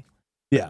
Like a younger type of. No, I understand, Cool. but they all still have that same sort of like, you know what? I want him to coach my football team, but I don't think I'd let him babysit my kids. No, but you don't need like military service anymore. No, like, it used that's to be right. kind of like a drill sergeant. Well, type yeah. of- Well, Yeah. there was a generation of men that had all been drafted. Sure. Yeah. Right? Yeah. Nature Boy says, "Hey boys, I've got a beef with green beer on. You like this? You're a purist. Yeah. Green beer on St. Patrick's Day. Yuck. Just have a Guinness or a Kilkenny or a Harp. Okay. Sure, man. I say you do it authentically for the green. Instead of a food coloring, you use that ingredient that only interacts with fecal matter. Or put the green dye in a Guinness and see what happens there. Hey, Right. Wouldn't that be something? That's what I'm saying. Like you put the reactive agent in it, and it has to be green because it's interacting with something. So You'd find out quickly. little hantavirus. Nobody cares about a Putting little hantavirus, eh? That's how Hackman's wife went. Yes, that was the big. Yeah. Everybody got.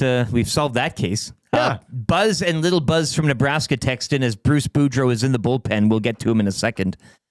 Big snowstorm down Nebraska way this morning. Oh no. Looking like Edmonton down here, they say. So stay safe down there in Cornhusker country. Buzz and Little Buzz.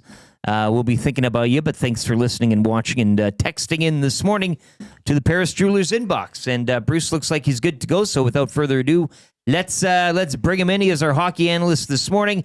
Bruce Boudreau, always brought to you by Pro-Am Sports, your locally owned sports memorabilia and apparel specialists. Check out the new spring headwear styles arriving now from New Era 47 and more. They have every profile you are looking for. Fitted flex adjustable snapbacks. Located in Edmonton at the corner of St. Albert Trail, 128th Ave, online at proamsports.ca. We'll hit Bruce here, Trev. Break with a sports update. We'll be back with Reed Wilkins, that type of thing. So that's how we're going to round out the second half of hour number 2. Lieutenant Eric Will Fraser in for Dustin Nielson this morning. Good morning, Bruce. Happy March Madness. Let's just start there. It is a sports station after all. Do you get into the bracket game? Do you fill out a bracket, or do you really just not care at all?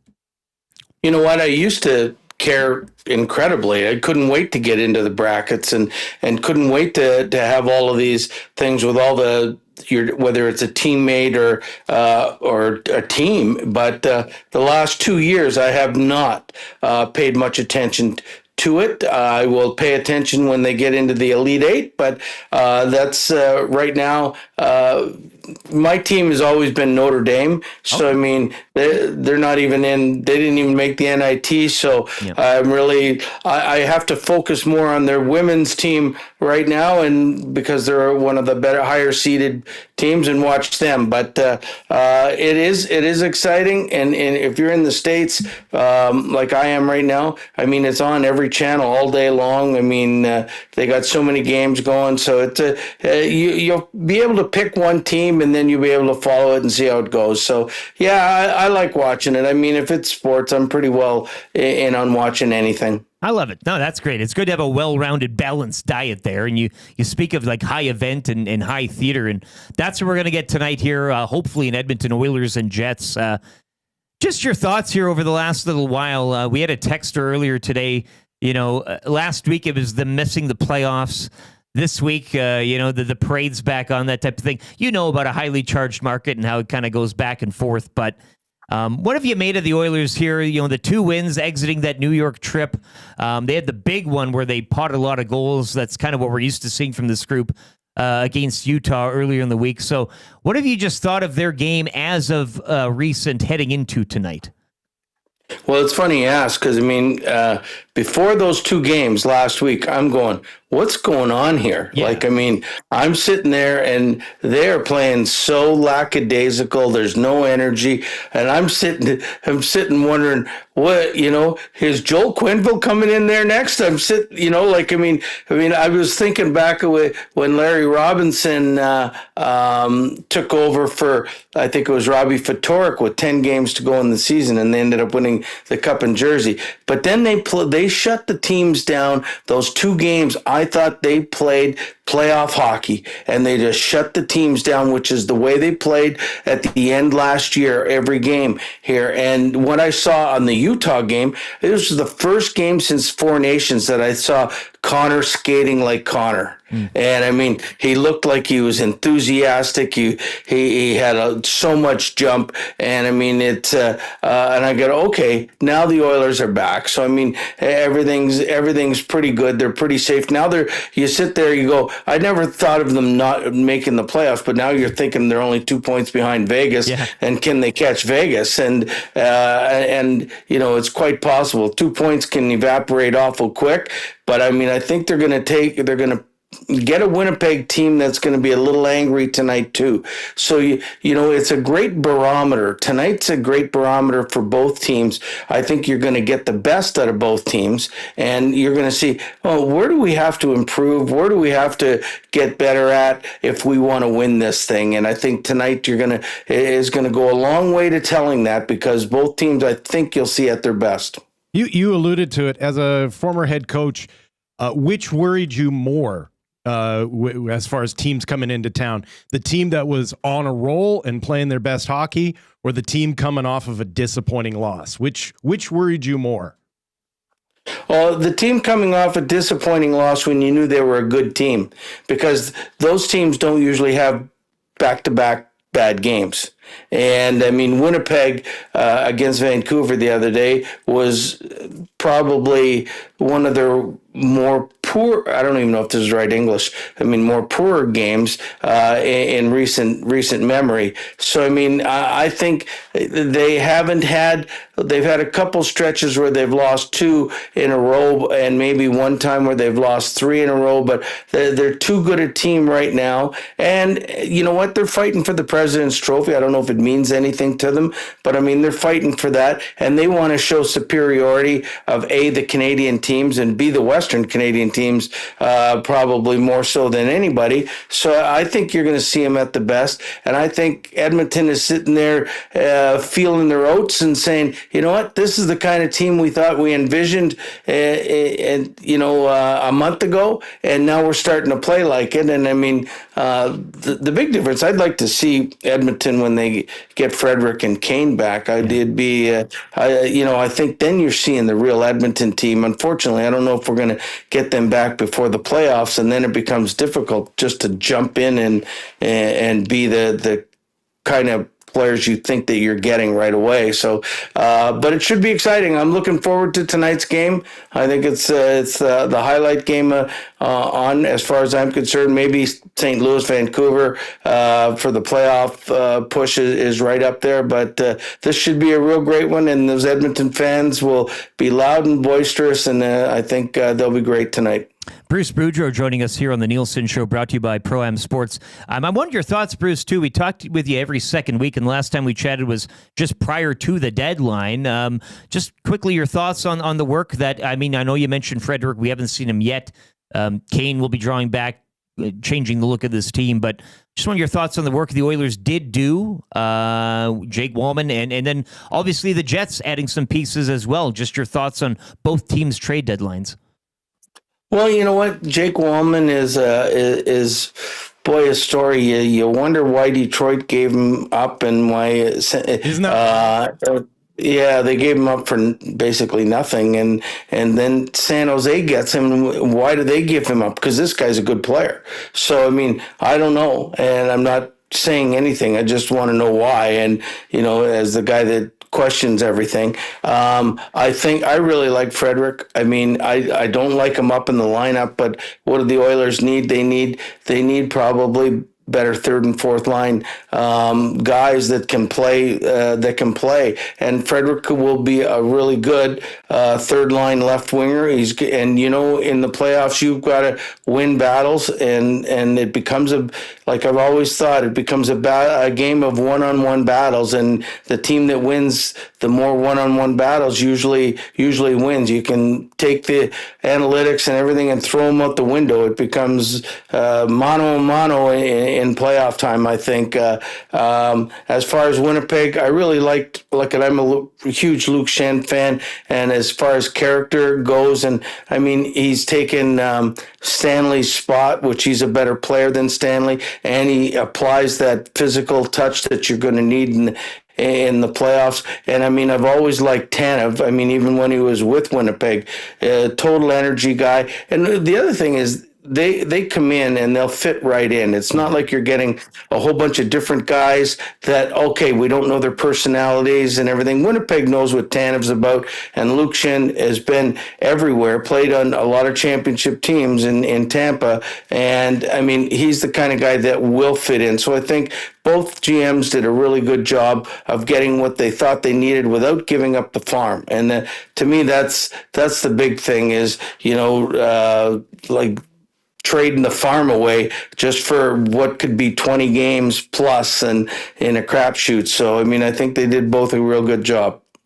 Bruce, I don't love the way that the NHL hands out points, but it's working this year as far as creating meaningful games in March leading into April. You look at that final wildcard spot in both conferences. In the West, it's 4 teams separated by 4 points. In the East, it's 5 teams separated by 3 points. It is good scoreboard watching every single night, isn't it?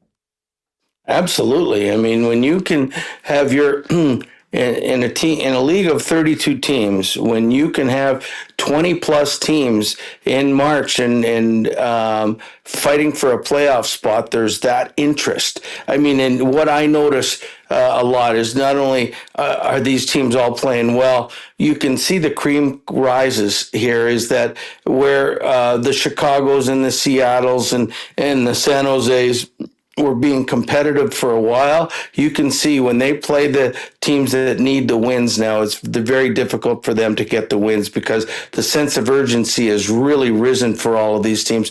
So you see great hockey in March where from teams you wouldn't necessarily see great hockey from, and it's going to come down to the wire. Listen, if you remember last year, Washington made the playoffs on the last game of the season, and they made it because Philadelphia had needed a win in regulation, and so they pulled the goalie in a 2-2 tie with 3 minutes to go in the game, and that's how Washington won, and Detroit was left out of the picture. So I mean, I think those are the kind of things. The year before, Pittsburgh lost when they had the playoffs all set, and they actually lost to Chicago. So I mean, I think coming down the stretch, there's going to be some great games. I think it's exciting, and I think it's just going to build into the playoffs. And I mean, boy, it's going to be a battle of who can last the longest. When you're talking June 20th might be the last game. Bruce, just one quick one for you here. And since you were a coach and were behind the bench of some quite successful teams, I wonder your thoughts. You mentioned Quenneville earlier here in the segment, and you weren't the only one thinking that name or muttering it here around town. But take us behind, how does Chris Knobloch coach? There's 14 games left, including tonight. We are at a stage where we saw him. He was getting criticized for kind of juggling lines and experimenting, but you could also take, I guess, the theory that he's looking for things that might work and he can tuck away in his pocket. How do you coach a team right now in the position the Oilers in? Yes, the division is still attainable. Yes, home ice is still right there. They probably won't miss the playoffs, but how do you kind of navigate these last games in terms of balance of, making sure guys don't get peaking too early or too banged up or that type of thing? How does a coach go about his business at this stage of the game with this type of team?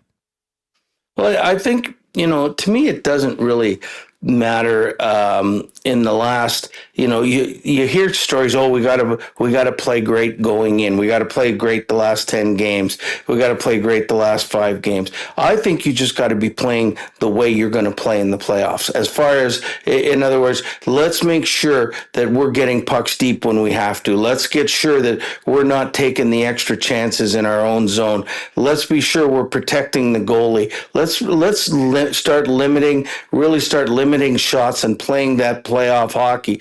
And you want to do that. And as far as the line changes go, I mean, every coach has a standard set of who they want to play or who they know they can intertwine.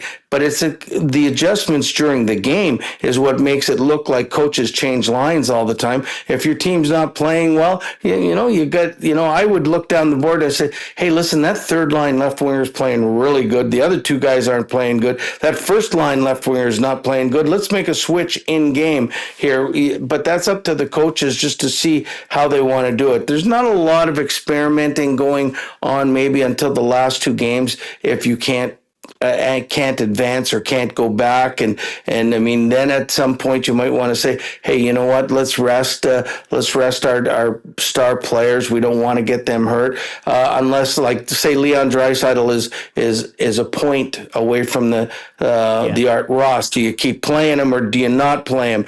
Then you come up and you don't ask the players, because the players all want to play. They don't want to sit out. I've had teams where at the trade deadline they went out and made 4 trades, and NHL players have to sit out, and they don't like doing that, no matter if it's for the team or for the good of everything. They want to play. Everybody wants to play.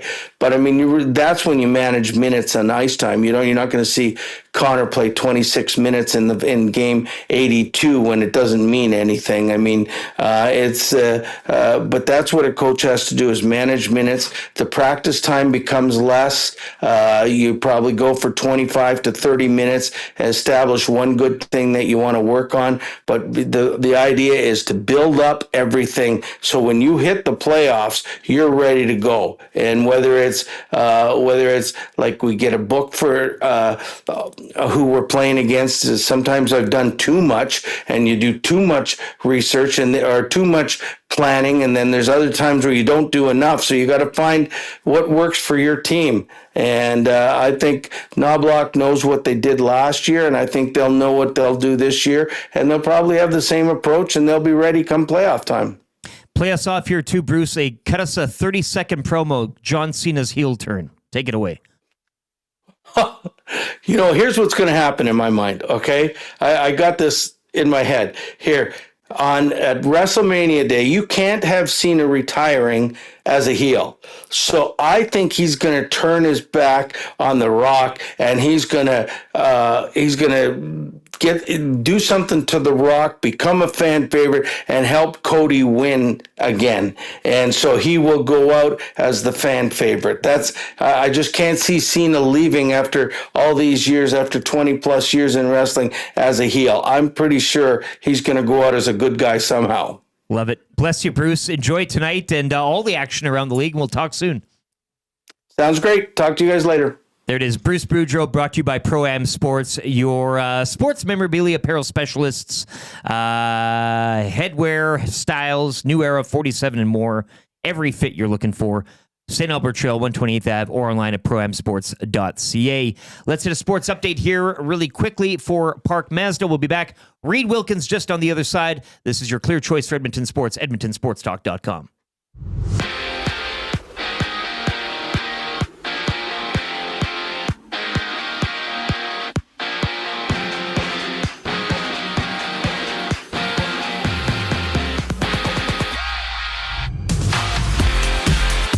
Just 2 games in the NHL last night, which saw the Maple Leafs hold on to a 2-1 win over the Colorado Avalanche, and the Wild blanked the Kraken 4-0 is the score. The Edmonton Oilers are back in action tonight when they take on the league's best Winnipeg Jets. You can join Tom Gazzola and Hernan Salas for the GCL Diesel pre- and post-game show starting at 6 right here on Edmonton Sports Talk. 12 other games around the NHL tonight. The Senators welcome in the Avalanche. The Flames take on the Devils. The Rangers host the Maple Leafs. The Canadiens on the road to take on the Islanders. And the Canucks are in St. Louis to play the Blues. Last night in the LGT Women's World Curling Championship, Homan's Canada Rink defeats Switzerland 7-6, handing the Swiss their first loss of the tournament. And about an hour ago, Homan's Rink has clinched a playoff berth after an 11-2 victory over Japan. 11 games in the association last night. The Lakers defeat the Nuggets 120-108. Thunder over the 76ers 133-130. And the Kings hand the Cavaliers their third straight loss 123-119. Tonight, 5 games in the association, including the Golden State Warriors hosting the Raptors. Tip-off for this one goes at 8 o'clock.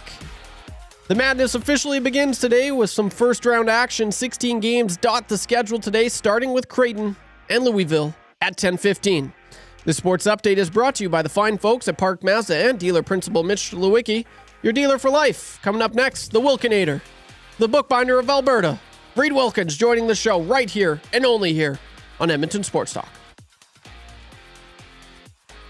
Hi there. If you're like me, you like to picture yourself in luxury, even though there's absolutely no way you could afford it. And if you can, well, even better. Thankfully, I picture myself in something that is luxury, but still absolutely affordable, like the all-new Mazda CX-90 from Park Mazda. With the new luxury features like facial recognition settings and quilted detail Napa leather seating, I can pretend to be comfortable with all of my proper settings activated without even touching a button. Thanks to Mitch Lewicki and the great staff at Park Mazda. I like to picture Mitch Lewicki as a ninja fighting off evil samurai. Park Mazda, your dealer for life in Sherwood Park off Y Road, parkmazda.ca. The Nielson Show featuring Lieutenant Eric. Only on Edmonton Sports Talk.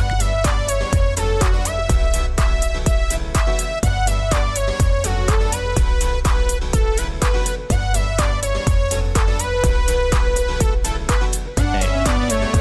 7:47, the Nielson Show continues on, wrapping up hour 2 here on the final day of winter. Yes. Do you have your Equinox decorations up yet? And if so, how long do you keep them up? 780-218-9999. Lieutenant Eric, Will Fraser, who I just think went to, he fell, hey? I think he fell in the bathroom or something. Must have tripped on that pledge that Tommy laid down. Nielson Show presented as always by Southport Chevrolet. Drive a little, save a lot. We're having a great time here in the Popeyes Louisiana Kitchen studio, and I'm sure our next guest is eagerly waiting for some Popeyes location to open its doors this morning. Will Fraser in for Dustin Nielson, Lieutenant Eric, and Reid Wilkins now joins us from the Reid Wilkins Show, Monday to Friday here, 3 to 6 on Edmonton Sports Talk. Reid, thanks so much for taking the time, and I did mention earlier in the show, thanks so much for asking me if we'd still want you. Of course we would. You're not just a Dustin guest, a guest of the show. The fans love you, the listeners, the viewers, and it's great to see you. You're looking great as always. Well, both of you look incredible as well. Stop Will, first time I believe on air with you, so this is a nice milestone in our growing relationship. I love that idea of putting out spring equinox decorations. Yeah, do you leave me a little volume, more volume on my mic, because I can turn myself up here too. Check. If you want on your end, sure. A little better. Because there's so much now with Halloween decorations start going out in August, and Valentine's stuff is on the shelves even before Christmas, it seems sometimes, and then we see Easter stuff available for purchase in January. So that's a good idea. We should be the guys that decorate our yards with some sort of, I don't know what we would come up with, but we start putting up spring equinox decorations, on January 15th. Wow. And people are like, what are you possibly decorating for? And then we just act all shocked, like, what? Spring equinox, man. I was going to ask what you plan to have on your show today, but I think we've kind of solved that. I think it's 3 hours of spring equinox guests. Yeah, unfortunately, we can't extend past 6 o'clock. Yeah, unfortunately, because the pregame show is at 6. I think next spring equinox we stay on till 8 or even 9. Do an extended special. Have a lot of scientists on about the rotation of the Earth and sunrise and sunset. Yeah, and then just maybe some people about the. Just the season rebirth that spring is. Sure, we'll get out the pole and balance some eggs. Rabbit stew. Yeah. You're supposed to be able to balance eggs. Is that the magnetic? Well, yeah, it's the equinox. You're supposed to be able to balance eggs. Yeah. I think we go fully observant Greek gods. And we just praise Aphrodite. Orthodox equinox. Yeah. Not the Julian variety. Yeah. Of course, a big Equinox Eve, Equinox tomorrow, but we're talking Oilers Jets. That is the main course. As we said, a one anthem game tonight, which is those are always nice. A little bit of an earlier start, but just, the Oilers, they're up and down. We know this. You're always here. We're talking in the bullpen, and, 1 week they're hot, 1 week they're not. People want Quenneville. People are planning a parade. What did you pull from that win over Utah? Because Utah was coming in, didn't really look like a team battling for a wild card spot, perhaps more that was battling for a lottery position in a sense. Yeah, well, first of all, I thought the Oilers played quite well. Yes. I mean, up and down the lineup, I think they had a lot of energy. I think they had a lot of precision. I mean, I often, one of the first things I look for in a game is, can a team pass the puck? Can they efficiently get out of their own end, especially when they're not under pressure? And the Oilers were good at getting the puck up the ice, keeping it in Utah's end. Clearly, the special teams came through with a shorthanded goal. I guess Hyman's goal was a couple seconds after the penalty expired, but basically a power play goal. Pickard made a lot of good saves. I mean, there weren't a lot of weaknesses. There weren't really any big issues in the Oilers game 2 days ago. But you alluded to it, Eric. I mean, that was a pretty bad game by Utah. I mean, they were playing campfire defense, sit around and watch a lot of the night. They weren't moving their feet. But if the team is going to come in and not have a great night, then you should take it to them. So I'm glad the Oilers did that. And it was nice. I don't know, maybe so much for the team, but I think certainly for the fan base to have a bit of a stress-free game. Because if you look at their recent wins since the start of February, where they haven't won as much as previous 2 or 3 months. You had that tense one in Carolina, overtime against Montreal, tense one against the Islanders. Even the Rangers one was close. Well, and I thought the Stars won too, and sorry to interrupt. I didn't think Dallas really brought what they are or should be, in that game. Yeah, and I guess even that one turned tense, right? After being 5-1 after 2 periods, and then the Oilers allowed those 2 quick goals, and Dallas got back in it. So it was kind of certainly being in the rink, it was more of that party atmosphere. I was surprised that no one got the wave going. I didn't see a wave in a 7-1 game. Isn't that the big complaint that we get? That's the time you do it, if any time. Yeah. I mean, that's Wave City, USA right there. What about your bracket? You got that? How many brackets have you filled out? 3. 3. Only I don't do that many. I was just trying to think, though. So my friend Mark, who I went to Nate with in the late 90s, and then we worked together in Lloyd for a while, and he's a news anchor in Calgary. And he has done a bracket since we were going to Nate. So it's probably 26, 27 years now. I guess there was the 1 year in 2020 they didn't have the tournament. But he does a bracket every year. So, I fill it out. I think, is this the one? I got him sitting, people can see this. But it's filled out and scanned and sent back to him. It's a $10 entry fee. Perfect. I mean, so you lose 10. So he gets a lot of people in it because he can go around his office, and anybody who says, I don't know anything about basketball, he can be like, nobody does. Yeah. And even the people that do, so what? And it's $10 to have fun. And there have been years like those people in the office who couldn't tell you if Duke is in North Carolina or in Nevada. There's always, every few years, somebody like that wins. I think I've won his pool twice, so I don't know if I can make it 3 this year. So I'm in his. I have our pool that Awanak put on ESPN, which of course is free. And I know, I think a bunch of us has put the links out for listeners. So I think there's quite a few people in it now. I think in the over 100, isn't there? It felt maybe bigger than that now. I checked a couple days ago, but now I think it's more populated. You did get into the inter-office one. Hey, HR Daddy's got $100 on the line and tax-free as well. He's going to be dishing this one out in cash. Well, where's this one? I didn't see this one. So come in today. I'll hook you up. We got printed out brackets here, but just inter-office and a cash prize. Oh, wow. Okay. Well, I'll have to go on that one. And then Coob and I were talking on my show, and we decided to do a bracket where we pick the favorite in every game all the way through the tournament as a control group. Is that a better way to do it? Just don't try to chase these upsets. Just pick the favorite in every game. And somebody wrote in. It has been the last couple of years.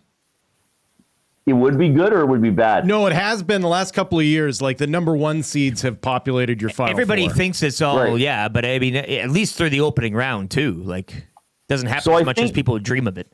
Somebody wrote into the Nasty Chat yesterday and said that I think they've done this in the last 8 years. And 7 of the 8 last years, if you did that, you'd be in the top 10% of your pool. Yeah. The problem is if you're 10th out of 100 people, you probably don't win any money. right? So you want to try to be in the top 3% or whatever, because I imagine, most pools will pay out the top 3 or the top 5. So I have 3 brackets. I don't go 2, but now I want to do the off. I'm not going to be there in time to get it in by 10, though. If you want me to proxy one for you, you can give me a call, and I guess we can pour over the entire thing. I don't mind. I'll be the He's mule, got the man. time. I've got tons of time. Nothing but it. Yeah, I'd like to go in that one, though. They're fun. It's fun to go in, right? Because the bracket tells you who should win every game. And we talked earlier, too. It's a great time to play dress up and pretend you're an expert in something that nobody else is. Nobody's going to call you on it. Oh, no, exactly. Like you could say you had some stat from that's not even a stat that is why you're picking Troy to upset Kentucky, a 14-3 in the first round. Or maybe you just think Troy is a school where everybody has to be named Troy. I'm really high on Troy, by the way, though, actually. This is actually what makes this fun is actually the group that you're in with. If you have a true if you have a true degenerate in the group who is going to lose their mind after the first round, that's when it's really juicy. What you want is that friend who takes it way too seriously that you then get to goose every night, right? Like that. Oh, that's a good point. Yeah.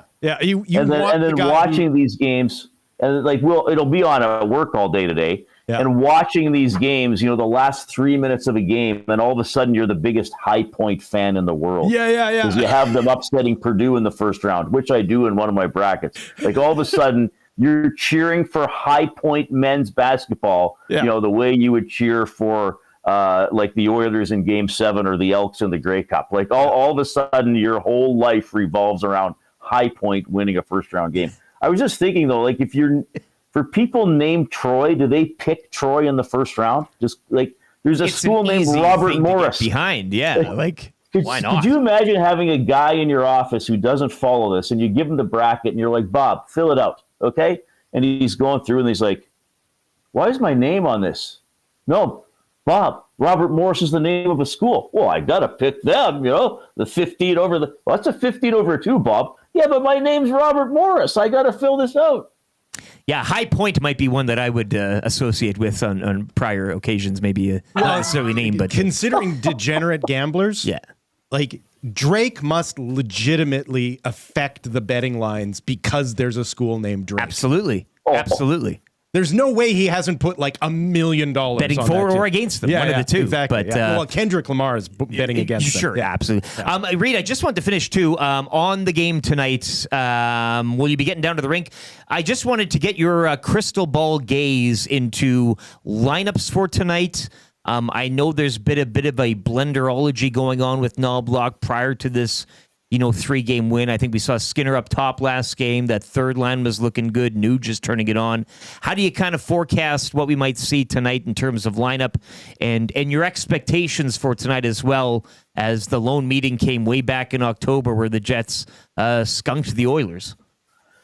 Yeah, I don't think for the two teams that game is going to be thought of. I think that's maybe more for fans and specifically Oilers fans to think like, okay, let's get back at these guys a little bit. We'll see about health, I guess. I mean, Knobloch, some of the higher minute guys didn't practice yesterday, and they said the old maintenance day, and then he did say there might be some players who would be game day decisions, but he wouldn't get into that. Hopefully that doesn't mean any of the big guys won't play. I was really, and I talked about this a lot on my show yesterday too, I'm really curious about how Nuge is used the rest of the way. Because in my mind, he's really become a winger, the last... well, even 5 or 6 years. I mean, since McDavid and Draisaitl have really been the guys on the team. But Knobloch really, to me, went out of his way to praise his play as a center the last 2 games and getting 6 points in 2 games. And specifically saying, he's moving his feet more, he touches the puck more, and he's just getting more involved in the flow of the game.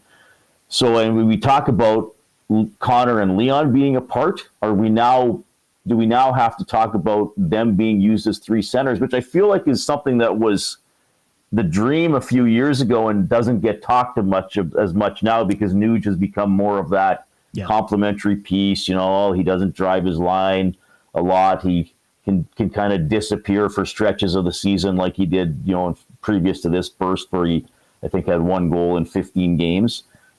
Now is Knoblauch saying, okay, I've found a way for him to contribute, and is that him staying at center? So I'm curious about that tonight, especially against a very deep Winnipeg lineup. Yeah. And then going forward, could this be the three-headed monster down the middle? How much of this is also maybe just them creating placeholders for Evander Kane? Like that they know Kane is going to be back. They know that they're probably going to want to see him for probably 5 games in the regular season. And so until he comes back, they're kind of just moving stuff around, waiting for his spot either next to Leon or next to Connor. Honestly, Will, I think very little myself, because I've said all along, I don't know if or when Kane's going to play. Yeah. So I think that I'm sure. I mean, it's the coaching staff's job to prepare for every possible outcome. But I don't know if they're coaching with a placeholder mentality to say, okay, well, that's actually going to be his spot. And then, when he's healthy, Henrique goes back there and Nuge goes back there. And I would think, to me, it's more immediate and more likely that Frederick's going to play sooner. I think the first thing would be, okay, let's have some competition there, and then who's scratched and who stays in when Frederick is ready to go. And then they'll worry about Kane once he comes back, because Frederick should be back before him. Reed, you'll be setting us up, taking us into Tommy Gazzola's GCL Diesel pregame show tonight at 6. Your show does run 3 to 6 here today on EST. What do you got going on just for the listeners and viewers, what they can look forward to? I know you're always a busy man on game day. Well, besides the Equinox celebrations and probably some decorations in the studio, I think Zach has his interpretive dance as well, as per tradition, right? Oh yeah, a lot of flowers, a lot of little what do you call a plant when it's just coming out? Is that a bud or a little a shoot? Yeah, shoot. This is love.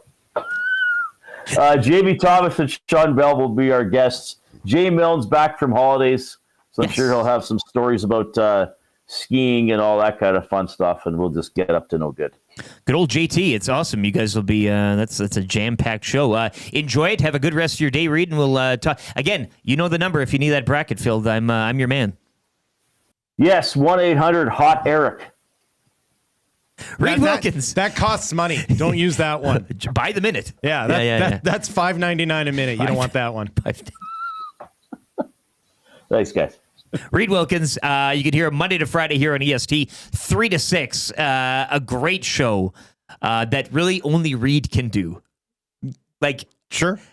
Dustin Nielson is in here. It's the Nielson show. Yeah. You come in, we do it all. Yeah. Reid Wilkins he's a unicorn in a sense. Right. Getting to know the guy has been a real treat, and I thank him for his time this morning, and who will be a regular guest Thursday mornings here on the Nielson Show. 8:03, Will Fraser in for Dustin Nielson. I am Lieutenant Eric, YouTube Trev, locking it down behind the scenes. He'll have a sports update right now for Windsor Plywood Leduc. On the other side, third hour of the show, the final hour of the Nielson Show for the winter season. You really love this Equinox like talk. that. Yeah. And more ideas maybe on the Equinox. What can we do to celebrate? Tomorrow, Maddie will be in. Spring has sprung. He will be here. Like Aphrodite herself. Yes. If you want to play trivia, text in 780-218-9999. Say, Trev, I want to play. And if you have any questions as well, 3 questions too many. Keep it light, keep it spring, keep it fresh. Maybe that's the direction we go. Orange and Blue Breakfast, Marmot Basin Snow Report, and the wrap on the way in hour number 3. Let's get to a sports update here. This is your clear choice for Edmonton Sports, edmontonsportstalk.com.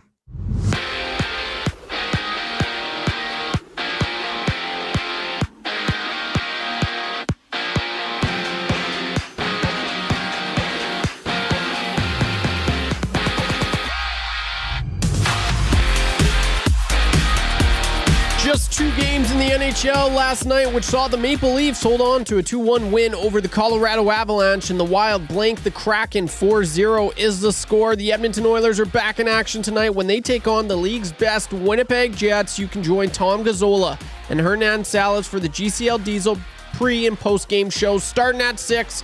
right here on Edmonton Sports Talk. 12 other games around the NHL tonight. The Senators welcome in the Avalanche. The Flames take on the Devils. Rangers host the Maple Leafs. The Canadiens are on the road to take on the Islanders. And the Vancouver Canucks are in St. Louis to play the Blues. Last night in the LGT Women's World Curling Championship, Homan's Canada Rink defeats Switzerland 7-6, handing the Swiss their first loss of the tournament. And about an hour ago, Homan's Rink has clinched a playoff berth with an 11-2 victory over Japan. 11 games in the association last night. The Lakers defeat the Nuggets 120-108.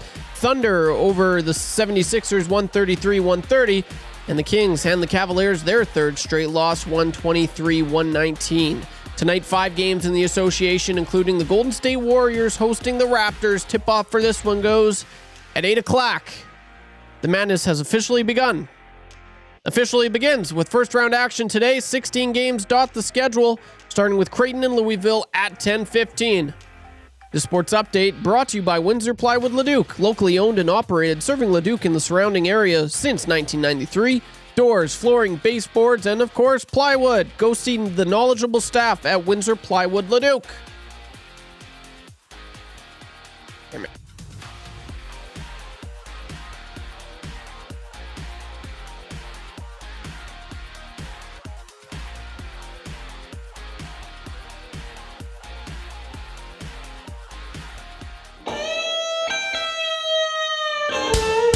It's the Halloo Crew. Normally, my show won't have to. Here we go to gas station brew. Body Orlando got one too. It's the Halloo Crew. Don't ask what second mind I do. Intellectual feels they're screwed. Making sure you with that glue. Keep the car in diesel. Come back because the legal. So they have to so sequel. Laughing just like we will. We can play together. Check the slow back to the one they know. It's like a line of gold or maybe silver. It's the Halloo Crew. It's the story about tomorrow. Doing a cameo sometime from morning radio. The Halloo Crew, from Big Cat, from Grand Prairie, Whitefield, Orlando, the Northside, Normandy. Schadenfreude, the happiness of others they avoid. They take pleasure in your hemorrhoid. Your misery makes them overjoyed. Schadenfreude, on and off the ice they will destroy ya. They're guaranteed to never ever bore ya. So they wish you happy Schadenfreude.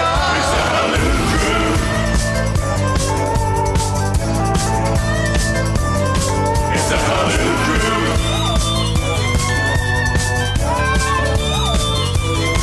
It's the Halloo Crew. It's the Halloo Crew. It's the Halloo Crew. It's the Halloo Crew. It's the Halloo Crew. Halloo, halloo, halloo, halloo, halloo, halloo, halloo, halloo.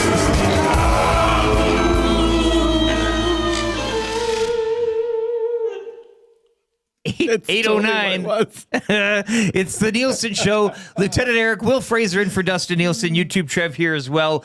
Presented by South Fort Chevrolet. As always, we love them. Check them out today in Fort Saskatchewan. 0% financing, 72 months right now on Silverado Custom and Custom Trail Boss. Silverado, of course, built in Canada as Truck Month continues out at South Fort Chevrolet. Drive a little, save a lot out at South Fort Chev in Fort Saskatchewan. We are coming to you live as well from the Popeyes Louisiana Kitchen Studio. Take advantage of their great deals right now. They got the value menu, 5-piece nuggets, fried pickles, mini chicken wrap, mini chicken sandwich, or the blackened cauliflower, all for just $4. So you can get your fill before tonight's big game. And keep texting in 780-218-9999. Hampton Steve in the Paris Jewelers inbox today. Call 1-800-HOT-ERIC and pick up the phone. Yeah. You're not alone. Yeah. Lots of people wanted to play trivia as well. Tough act to follow from yesterday as X-Ray J came in and as you said, we could have carried that one on, probably opened the lines. Yeah, it was upsetting. Calls on it. It was upsetting. The sniffer. Yeah.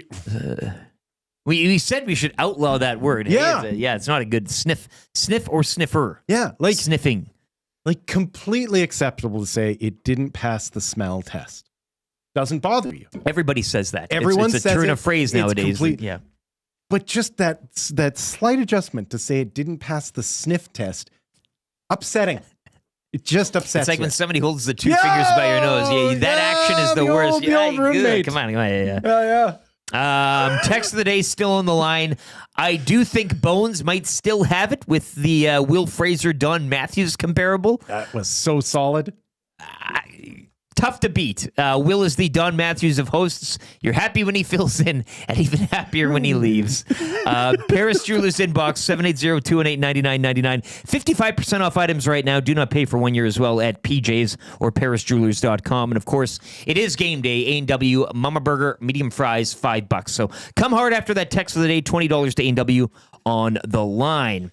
You wrangled somebody in, Trev. Who's going to be today's X-Ray J? Yes, I did. This is a Bootski. A Bootski. Yes. A Bootski, you know him from the Nasty Chat. You know him on the X. You know him in the Paris Jewelers inbox. A Bootski, how you doing today? Happy final day of winter, my man. Oh, same to you. It's a pleasure to be here this morning. Oh, that's great. What's your record in kind of easy trivia, if I may ask? 1-0. Beauty. So Solid. we'll look to remain perfect today. As you know, when Will Fraser's in, he provides the questions. You need 3 out of 5 to collect the Mr. Mike's gift card. Are you ready to stake your claim, Babutski? 2-course steak dinner, $39.99. You got to start with the Emperor's Caesar salad, rustic onion soup, then the tender 7-ounce sirloin with béarnaise, butter, and garlic mashed potatoes, loaded with the savory toppings. Eat locally, enjoy casually at Mr. Mike's. That's what you're playing for, 3 out of 5. The ticker will start, Abutski, after I read the first question. Good luck. Who do the Canadian men's soccer team play tonight? Guatemala. Oh, boy. Canada's men's team is currently ranked 31st or 91st in the FIFA World Rankings. 31st. Mexico's men's team is currently ranked 19th or 79th in FIFA World Rankings. 19. Who is the number 1 ranked men's soccer team, Argentina or Uzbekistan? I thought it was Kazakhstan. Damn it. Well, no.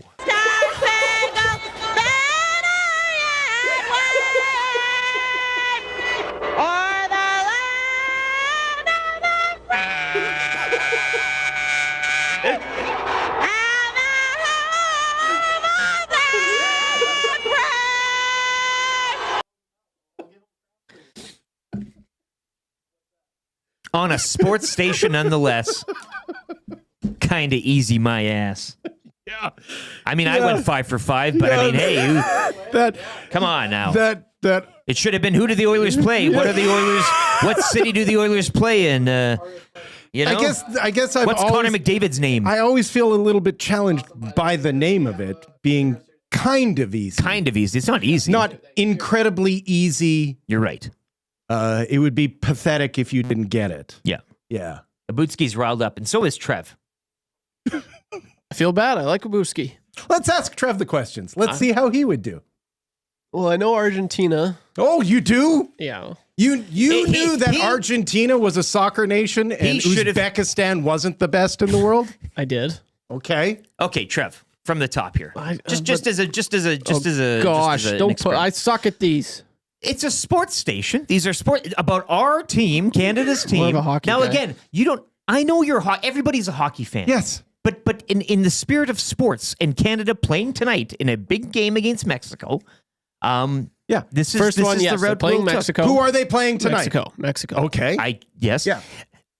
Canada's men's team currently ranked 31st or 91st in FIFA World Rankings. He said 31st, right? Yes, 31st. That He right, was yeah. correct. Yeah. Mexico's men's team currently ranked 19th or 79th. 19th. Yes, correct. Correct. Who is the number 1 ranked men's soccer team, Argentina or Uzbekistan? Ooh, Argentina. Correct. Who is the 210th ranked men's soccer team, Germany or San Marino? Well, it's not Germany. 5 out of 5. 5 out of 5. Oh, wow. You're going to Mr. Mike's. Oh, wow. Thank you. Take a Bootski with you. Yes, I might. My name is Julius, Can I do that? and I'm your twin Send him brother. mine. I've been looking forward to this moment my whole It's tricky, life. man. Excuse me, but I was just taking a But shower. it's not. I mean, But it's not tricky. It's not. You it was listen to the literally question. true or false questions. You listen to the question and you set him up. I mean, you know. Yeah, I just feel bad. I told him, I'm like, we never have soccer questions. Well, But we did today. No, it's usually we're talking hockey, but today it's you gotta look. It's a sports station. It's a sports show. I'm sorry. There's no excuses here. I guess. If Canada's men's Can't soccer argue team that. was not in action tonight, I would not have asked soccer questions. But considering it's the most important game they've played this year, These weren't hard. It's not like you were saying who's the starting holding midfielder tonight. Going into the most important stretch leading into the World Cup for Team Canada, a World Cup that they will be partially hosting, I thought maybe we should ask some soccer questions. I don't. We'll get back to hockey here. Oilers Jets tonight. Even let's hockey get into fan it. is sitting at home right now going, I think I could have got those. Gus, I just rewatched Kind of Easy Trivia. I got them all wrong. Enough CFL questions already, Beak Hughes says. Need a longer ticker. Got to come prepared, folks, from Brett. I totally agree there. Yeah. Easy peasy, says Fred Papernick. Of course. He probably got 6 out of 5. Yeah. Haas says, as LT said, it's a sports station. I'm sorry. Like, there's no excuses. I didn't write the questions. It was Will. And Trev, you got 5 out of 5. Yeah. I'm a soccer guy. What can I say? exactly. Yeah, you're, you you're play. a savant, really. You play. You're Yeah. a stranger to the pitch. He plays the game. Yeah, exactly. Yeah. Pitchfork should be at you for playing that I know. silly European sport. Yes, it is very silly. But okay. Well, we got to get him back. It's for Wimsky. We'll get a Bootsky back. Well, we will. He'll Yeah, but he he'll be better back. study up. Well, he just better. A warning to everybody involved. Kind of easy trivia, especially if Will is here writing the. As I said, I prefaced with Will's wrote the questions. Unless I come back and you guys have decided pathetically easy trivia is what we're going to do. You really take the you put the kinda in kind of easy trivia. That's fair. It's not even easy trivia. It's kinda. Kind of easy. Yeah. Johnny the Accountant says soccer matters as much in Alberta as hockey does in Florida. Yes, sure.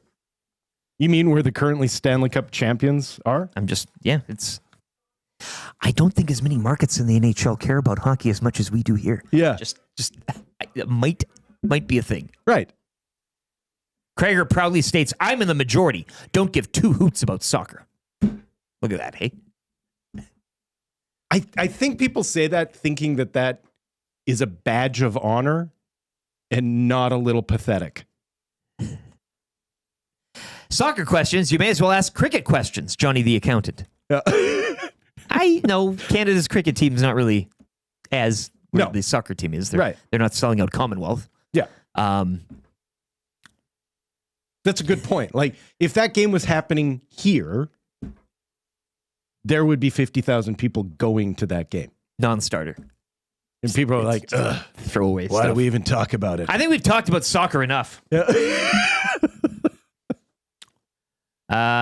X-Ray J's in the nasty chat there saying hello to everybody. Yeah. Someone glad those weren't my questions. Phew, yes. We'll be back tomorrow. I'm sure you'll have, who did the Oilers play last night? I'm doubling down. Where now. You better watch tonight's game. Yeah, you should hit the books. USA Panama, perhaps. Yeah, exactly. Yeah. Now we're in for a treat. That was kind of easy trivia. 3 questions coming right now, brought to you by the great staff at USA Park Panama are literally playing for the rights to the canal. That's what I heard. That's a highly charged political game. It's a pink slips game. See, you're already losing Trev. He doesn't care anymore. He's checked out of the... I get that. I get that reference. You get that reference? Yeah. The political hot... Yeah. That's a big one. That's going to be a big one. Yeah. But not as big as the Jets and Oilers tonight here in Edmonton. That is the game that we're all talking about, and we will continue to talk about.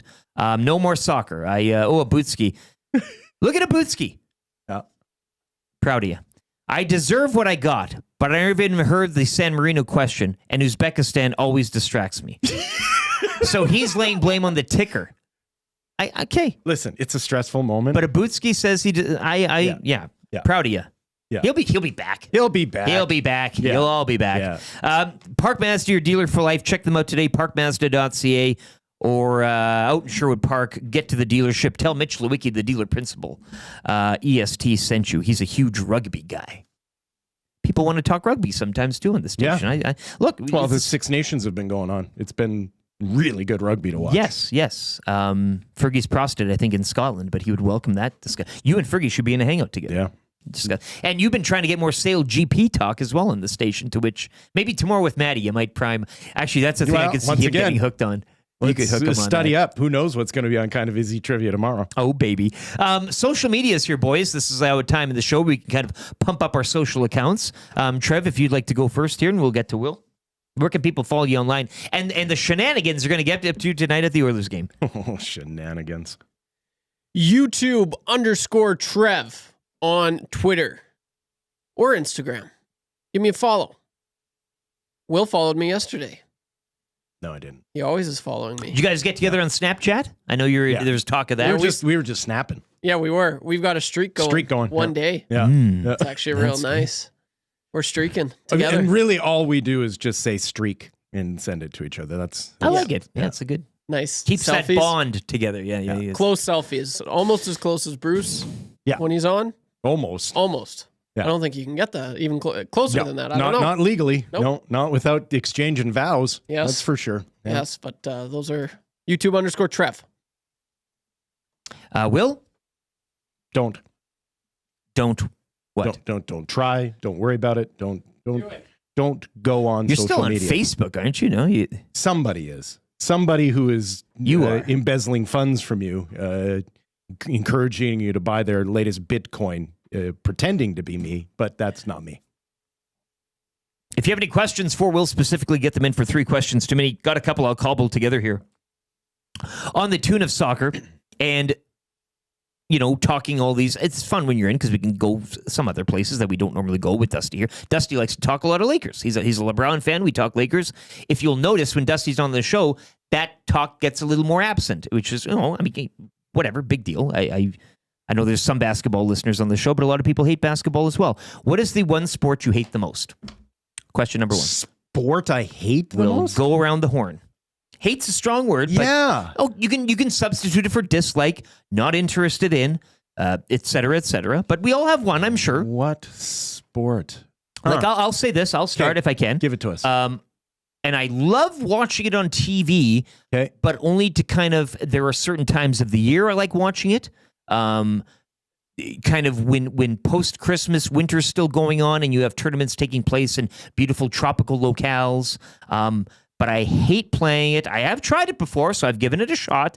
Didn't like it. I find it too stuffy. I find it too expensive. I find better uses of my time spent outdoors, and that would be golf. Oh, that's not bad, actually. But I like watching it. I like relaxing on the couch. Really? I like the aura of the Masters. I respect it. I get it. The majors are always a fun watch, but TGL golf didn't really get me or suck me in. I'm not going to be my mind will not be swayed with how live golf or any of that. I'm not going to catch on to that. I just don't. The idea of focusing on a little ball and then taking a stick and whacking it and then following it for hundreds and hundreds of yards and all this. And I get it. It's a day out with the boys. But I'd rather just go down the pub. Well, this just or go walking around in the river valley or whatever, or biking. There's better ways to spend time with friends. Yes, and so I Murray McCourt. No offense, I just want to say, but if of all the sports, yes, I'd rather watch sailing GP sometimes or get involved to it than golf. Why did you have to say that? It's almost like you're saying that sail GP isn't worth your time. Sail GP, golf. So now you're just alienating all your friends now. Murray McCord and me, just out golf the window. Crowd doesn't like it when I bring it up. Man, as much as I don't like when people. Trivia was contested. To each their own. I'm just we talk it doesn't sports. Sound sports like is sports. Sounds like you've got a real hate going on. Which sport do you dislike the most? Great question. Trev, do you got one that flies off the top of your head? Yes, I do. Okay, go ahead. Oh, okay. So I got a few, but this one definitely takes the cake. One. Underwater hockey. Underwater ball hockey. Underwater hockey. That's it. I'm pretty sure it's... Well, it's not ball hockey. They play with a weighted Okay, so puck. it's just underwater hockey. Yeah. Yeah. Is it because how about are you afraid water? to put your face in the water? Is that why? No, not at all. I don't care about that. But are you a just strong swimmer? That is a fear, is it not? Oh yeah. Then Fear you of should going play in water. I bet you. And I can hold my breath for Like over 2 minutes, I'm pretty sure. I think this is I know for a fact I can, which is pretty cool. He's going to go to a pool one day and there's going to be a game going on. He's going to try it. He's going to be like, why did I hate this sport? It's my favorite sport. No, I can't stand it. What about like a mainstream? I was at a party though, like a year ago, and this guy wouldn't shut up about him scoring a goal in I hear underwater hockey. I hear it's like wicked violent. And yeah, it is. It is. No, honestly, violent. the like- stuff you can get away with down there. like I hear guys are like getting knuckles broken just- all the time and like it's already tiring enough, but holding your breath. yeah. And then you go down there for what? Like 10 seconds. it feels terrifying, doesn't and then it? you have to go up and you don't know what's like. It's just it's pointless. It doesn't make sense. I don't like it. It's not fun. Like I like speed and going fast. Like what's the fastest you're gonna go in underwater hockey? And you can't trash talk. No, but you can drown someone. Like the stakes are not good. wicked high, man. That's not good. Yeah. Okay. So underwater hockey, I just don't Interesting get it. take. It's very interesting. Yeah, Interesting. I didn't see this it's going there. NASCAR for me. I got that one. Yeah, that's It's NASCAR. That's, It's because you can understand Formula What? One, right? For racing purposes. Yeah, no. Like you can appreciate the technical like prowess of an F1 driver. This isn't to say that it's not exhausting to be on an oval for 2 hours, right? Pulling those G's. Yeah. But there's an obnoxiousness to NASCAR. You're that- going off the track a bit here. that I can't stand. There is just the absolute lack of giving a crap about each like guys regularly die, right? Like and and you're right. And not just their drivers, but their fans, like catching stray pieces of car going into the stands. It just it's one of those sports that I don't know why it still exists. I mean, I do know why. Sure, yeah. But But it doesn't reflect well on the society that has it. Golf and NASCAR are two highly popular sports Yeah. as well. Like I must say, it's fine, but it's an interesting And question. sort of opposite sides of the economic spectrum, right? Yeah. Opposite ends, and both Because those sort of- infields get both sort filled of up, like eh? Yeah. sort of leaning into their worst tendencies. Yeah. Yeah. Question number 2, since we were talking, what is it, the vernal equinox tomorrow? That would be the spring, right? The autumnal and the vernal, right? Yes, and then I there's believe you're the right. solstice. Yep, thank you. Yep. Favorite season of the year? Now, I know when this question gets asked, it could be dependent on when. If you're just going into winter, you can say, oh, the majesty of winter. Now that you're exiting it, I mean, we've all kind of had enough, so maybe that's top of mind. But favorite season, boys, for whatever reason,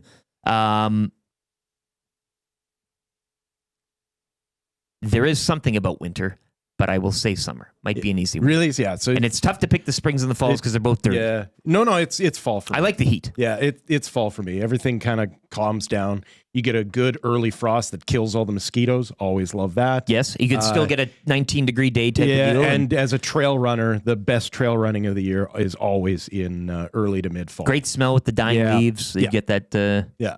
Yeah, I hear you there. You can make a case for Not only anywhere, that, really. but as a guy who loves skiing, like just that sort of anticipation, the getting ready for the ski season, even getting in that first day on the hill, like Marmot has had years where it's been like October 31st, like we've been able to get on there early. That's a pretty great time of year. The feeling of spring and the more sunlight and all that gets you going, but a dirty season. It's dirty, it's Very mucky, dirty season. it's yeah. Yeah. Trev, what do you got? Are you one of the big two, or are you going with one of the spring or the fall, the in-betweeners? Will's got it. Oh, the fall. It's fall. Yeah. Has to be fall. Everything about it. I love it. The leaves falling. There's that scent in the air. You can it smells like fall. And there's that crisp air. Like you go out and it's warm, but it's that nice cool breeze. You And also it's you so strike good. me as a hoodie guy. I'm a hoodie guy. And See, I'm wearing a fall hoodie. is that Bunny hug. opportunity It's to just perfect temperature out. chuck the hoodie on. Yeah, chuck the hoodie on. And also the runoff, usually like back home, fishing in fall was like my favorite time. That's when there is no rain. So the water's its most clear. That's like right. there's nothing. And That's so right. I just remember finishing school, going to the creek, the river, whatever, and just putting up a dry fly and just being able to see like the trout look up. Like you could see it's that clear. And then you just see them honing in. They're like, oh, that looks good. Yeah, and yeah. just being able to look I at hear you, that, buddy. it was such a rush. So Yeah. it has to be fall. Question number 3. National Corned Beef and Cabbage Day. okay, old squeakers. Coming off St. Patrick's Day, Yeah. And coming off my supper last night, in which I celebrated a breaking of the Ramadan fast with a good friend, an Egyptian friend of mine. Delicious food of the Syrian-Palestinian area. What is your favorite ethnic dish? And we were talking about Trevor bringing a jar of Polski Agorki pickles this evening to Atif at the game. Along with some brewskis. Along with some brewskis in that Polish theme. But favorite ethnic plate or dish of food that you could find. Now, I'm not looking for like American cheeseburger hamburger. You know, I'd want you to kind of think outside the box at least a little bit. Yeah, it's hard for me to not always come away happy with a chicken korma. An Indian dish. I'm going to. It's just lots of learning in this. It's the most here. like.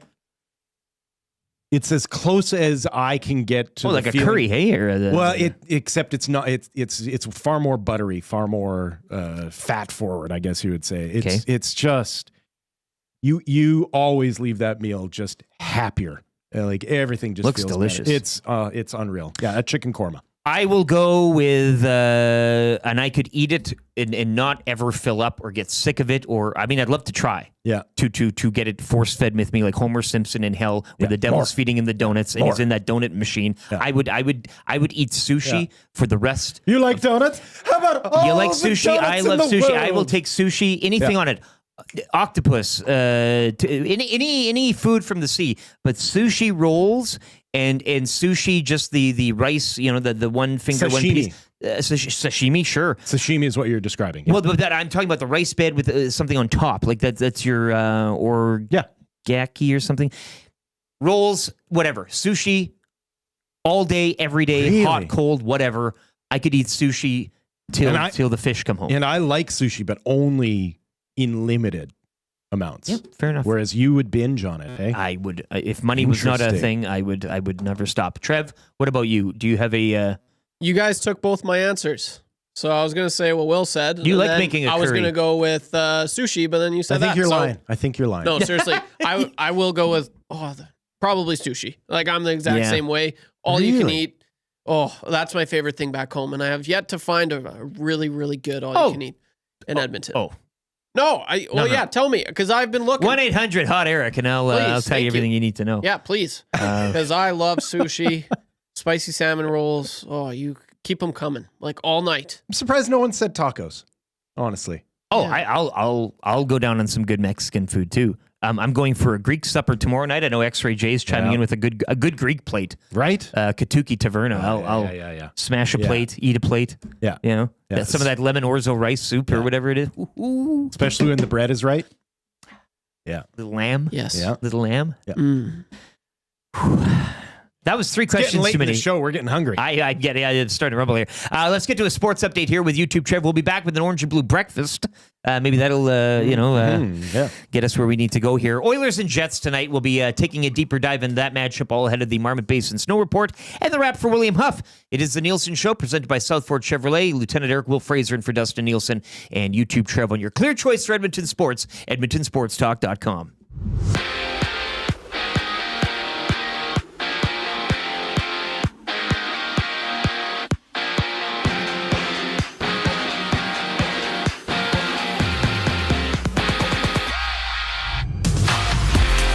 Just 2 games in the NHL last night, which saw the Maple Leafs hold on to a 2-1 win over the Colorado Avalanche, and the Wild blank the Kraken 4-0 is the score. The Edmonton Oilers are back in action tonight when they take on the league's best Winnipeg Jets. You can join Tom Gazzola and Hernan Salas for the GCL Diesel pre- and post-game show starting at 6 right here on Edmonton Sports Talk. 12 other games around the NHL tonight. The Senators welcome in the Avalanche. The Flames take on the Devils. Rangers host the Maple Leafs. Canadians are on the road to take on the Islanders, and the Canucks are in St. Louis to play the Blues. Last night in the LGT Women's World Curling Championship, Homan's Canada Rink defeats Switzerland 7-6, handing the Swiss their first loss of the tournament. And about 2 hours ago, Homan's Rink has clinched a playoff berth after an 11-2 victory over Japan. 11 games in the association last night. The Lakers defeat the Nuggets 120-108. Thunder over the 76ers 133-130. And the Kings hand the Cavaliers their 3rd straight loss 123-119. Tonight, 5 games in the association, including the Golden State Warriors hosting the Raptors. Tip-off for this one goes at 8 o'clock. And the madness officially begins today with some first-round action. 16 games dot the schedule today, starting with Creighton and Louisville at 10:15. The sports update presented by Century Casino Sports Bar and Lounge. With wall-to-wall TVs, daily food and drink specials, it's the place to be for every Oilers game. Every day is game day at Century Casino Sports Bar and Lounge.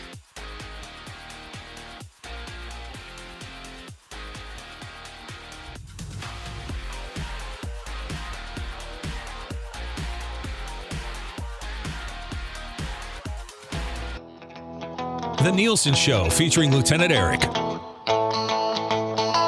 Only on Edmonton Sports Talk.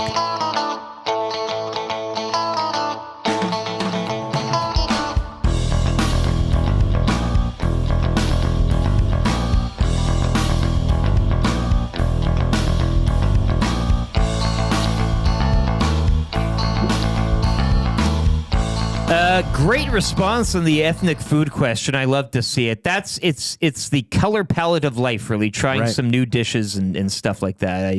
Well, the more you try, it's just great. Different There's so much palettes, the more you realize how we're all cooking the same thing, man. No, yeah, but in different varieties. But it is nice to kind of, different ways to get food down the old throat and the tastes that follow. But great response there. 8:36, Nielson Show. Lieutenant Eric, Will Fraser in for Dustin Nielson. He will be back on Wednesday from his Disneyland trip. Hopefully it's all going well there. And YouTube Trev, as you heard on the Sports Update, Nielson Show presented by Southfort Chevrolet. And we are coming to you live from the Popeyes Louisiana Kitchen Studio. I want to get this too. Donate today at capitalcarefoundation.net.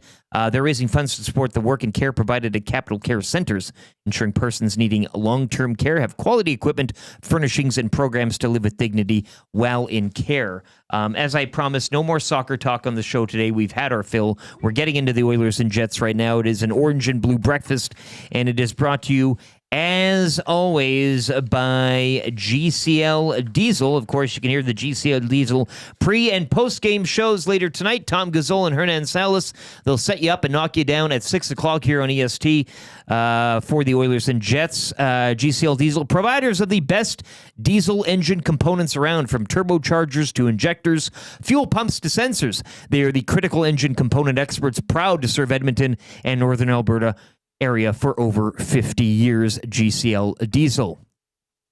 Lions, last time we saw them for the visiting Winnipeg Jets tonight, of course, they got beat, and they got beat hard out in Vancouver the other evening. Shifley between Connor and Velarde, Nemestikov centering Ehlers and Perfetti, Adam Lowry, Mason Appleton, and Nino Niederreiter on one of, some would say, the league's best third line. Morgan Barron, Alex Iafallo, and Brandon Tanev rounding out the 12.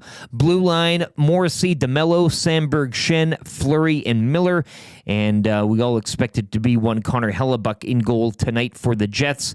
As for the Oilers, the last time we saw them, and we'll see if things, or how much things may change later today. Of course, Reid Wilkins joined us earlier, saying a few vets were held out yesterday for the skate. A little bit optional there, but McDavid centering Skinner and Hyman. Draisaitl in between Perry and Brown. Draisaitl and Perry have produced very well this season. Nuge, who's been red hot as of late, centering Podkolzin and Arvidsson, who both got on the score sheet in that big win over Utah. And Adam Henrique between Janmark and Kapanen. That is your fourth line. Defensive pairings from last time. Matthias Ekholm factoring back in. He's with Bouchard, Nurse, Wallman, Stetcher, and Kulak. And we all expect Stuart Skinner to be the starter today. Or later tonight, I guess, as it would be when the Jets roll in. Podium physiotherapy, injury report, knee pain from that nagging ACL, hip or shoulder pain slowing you down, back pain after a long, hard days at work. We've got you covered. Whether it's a sports injury, post-op recovery, or the wear and tear of everyday life, our expert team is here to get you back on track. Podium physiotherapy, unlock the athlete in you. John Klingberg listed as day-to-day. You've got Kane, Regula, and Frederick all on the reserve. For the visiting Winnipeg Jets, in terms of guys who aren't tough enough to play tonight, one Neil Pionk is out. Pionk out. The Pionky Tonk Man, as they call him out Winnipeg way, out for the Jets tonight. Boys, around the horn here, keys to an Oilers victory tonight, although we view it tonight as a test, but not necessarily weighing that much importance on the victory side of things. You want to see this Oilers team grow from these 3 games that they've won. You want to see the effort. You want to see, as Bruce Boudreau was saying, coaching, hitting assignments, doing the right things. But what would be a key, I guess, in victory tonight for the Orange and Blue? Well, for me, it's interesting. It is a matchup of potential MVPs going head-to-head in Leon Draisaitl and Connor Hellebuyck, but I honestly think that the key to victory is going to be Connor McDavid. And can he continue to turn that corner that we've seen him start to turn? The way that he is operating with the puck on his stick, he looks like a healthy, happy Connor McDavid again out there. Yeah, not trying to make the backwards alley-oop, loop-de-loop type of... I mean, do your magnificence, but then, take a shot. Have a shot and take a shot. And I think we'll see if Skinner remains up there as well. Trev, what about a key for you? You'll be in the house tonight. Is the key for victory just you showing up? Wave. Let's get that wave going. I'm just joking. You should start it in the midway through the first from the Sportsnet Lounge. Look at me. Yep. Yeah, no, it's going to be an awesome game. I'll be in attendance for it, so I can't wait for that. Last time we did this, we went around the room. I said, goals. I want some goals. That's the key to the victory. And what do? 7-1 victory, most goals we've seen the Oilers score in quite some time, actually. So today you're getting a Winnipeg Jets team that they're the league's best. I've been saying in all my sports updates. This team can whip that puck around. They're great on the cycle. It's not just line 1, it's line 2, it's line 3. They're unbelievable. They read off each other so well. So I'm going at it more of a defensive approach. I'm not too worried. Honestly, the last 2 home games, the Oilers they've been feeling the crowd. I don't know what it is, but they're playing a lot better at home. So offense, I think, will come. And McDavid, as Will said, I think he'll bring a lot of that to the table. But I'm looking at it more attention to detail on the defensive end. The Winnipeg Jets also have the best power play in the league, so keep that in mind. The Oilers' penalty kill, as of late, has been exceptional, so play a really good team defense, and I like the Oilers' chances. Yeah, I wonder, too, and we talked, you spoke, Trevor, about that third line. You kind of like what they're unreal. What you saw as well, and when you look at the Jets, too, and I'm just bringing them up here again, we all know about Lowry, Niederreiter, and Appleton. Yeah. It's quite interesting if battle of depth, I think, in terms of the Jets. Like, are they, would you say, deepest team in terms of overall quality they lack? I mean, Kyle Connor's there. He can snipe it when he's on. Scheifele's a great player, and all that. But you look at is there more of a is this the most balanced, I guess, forward group in the league? Balanced is probably the best way to put it. Yeah. I'm searching for the word. Yeah. Like, depth is a tricky one because it's one of those things where assign everything a number value and then tell me what your overall number is. Kind of is more about what depth is about. Whereas you're right, balance as far as each line executing the role that line needs to execute. They tend to do it. They're all sort of top 5 lines, right? It's a unit as one. They're a top 5 number 1 line. Yeah. They're a top 5 second line. They're a top 5 number. Like, you know what I mean? Like, they just seem to tick all the boxes as far as executing a game plan is concerned. What do you think, Trev? Yeah, no, I think you guys are spot on. I'd probably put Dallas Stars in the mix there as well. And I asked the question to give another answer. That's what I'd like. If who else? Yeah, I think it's those two. Like, and even the Oilers, you can look at them as well. I know it hasn't been like what they've wanted as of late. Well, actually, as of late, it has been a little bit better, but the potential with the Oilers lineup, you look at it and it's like, okay, it should be a lot better than what it is, and I'm not putting them.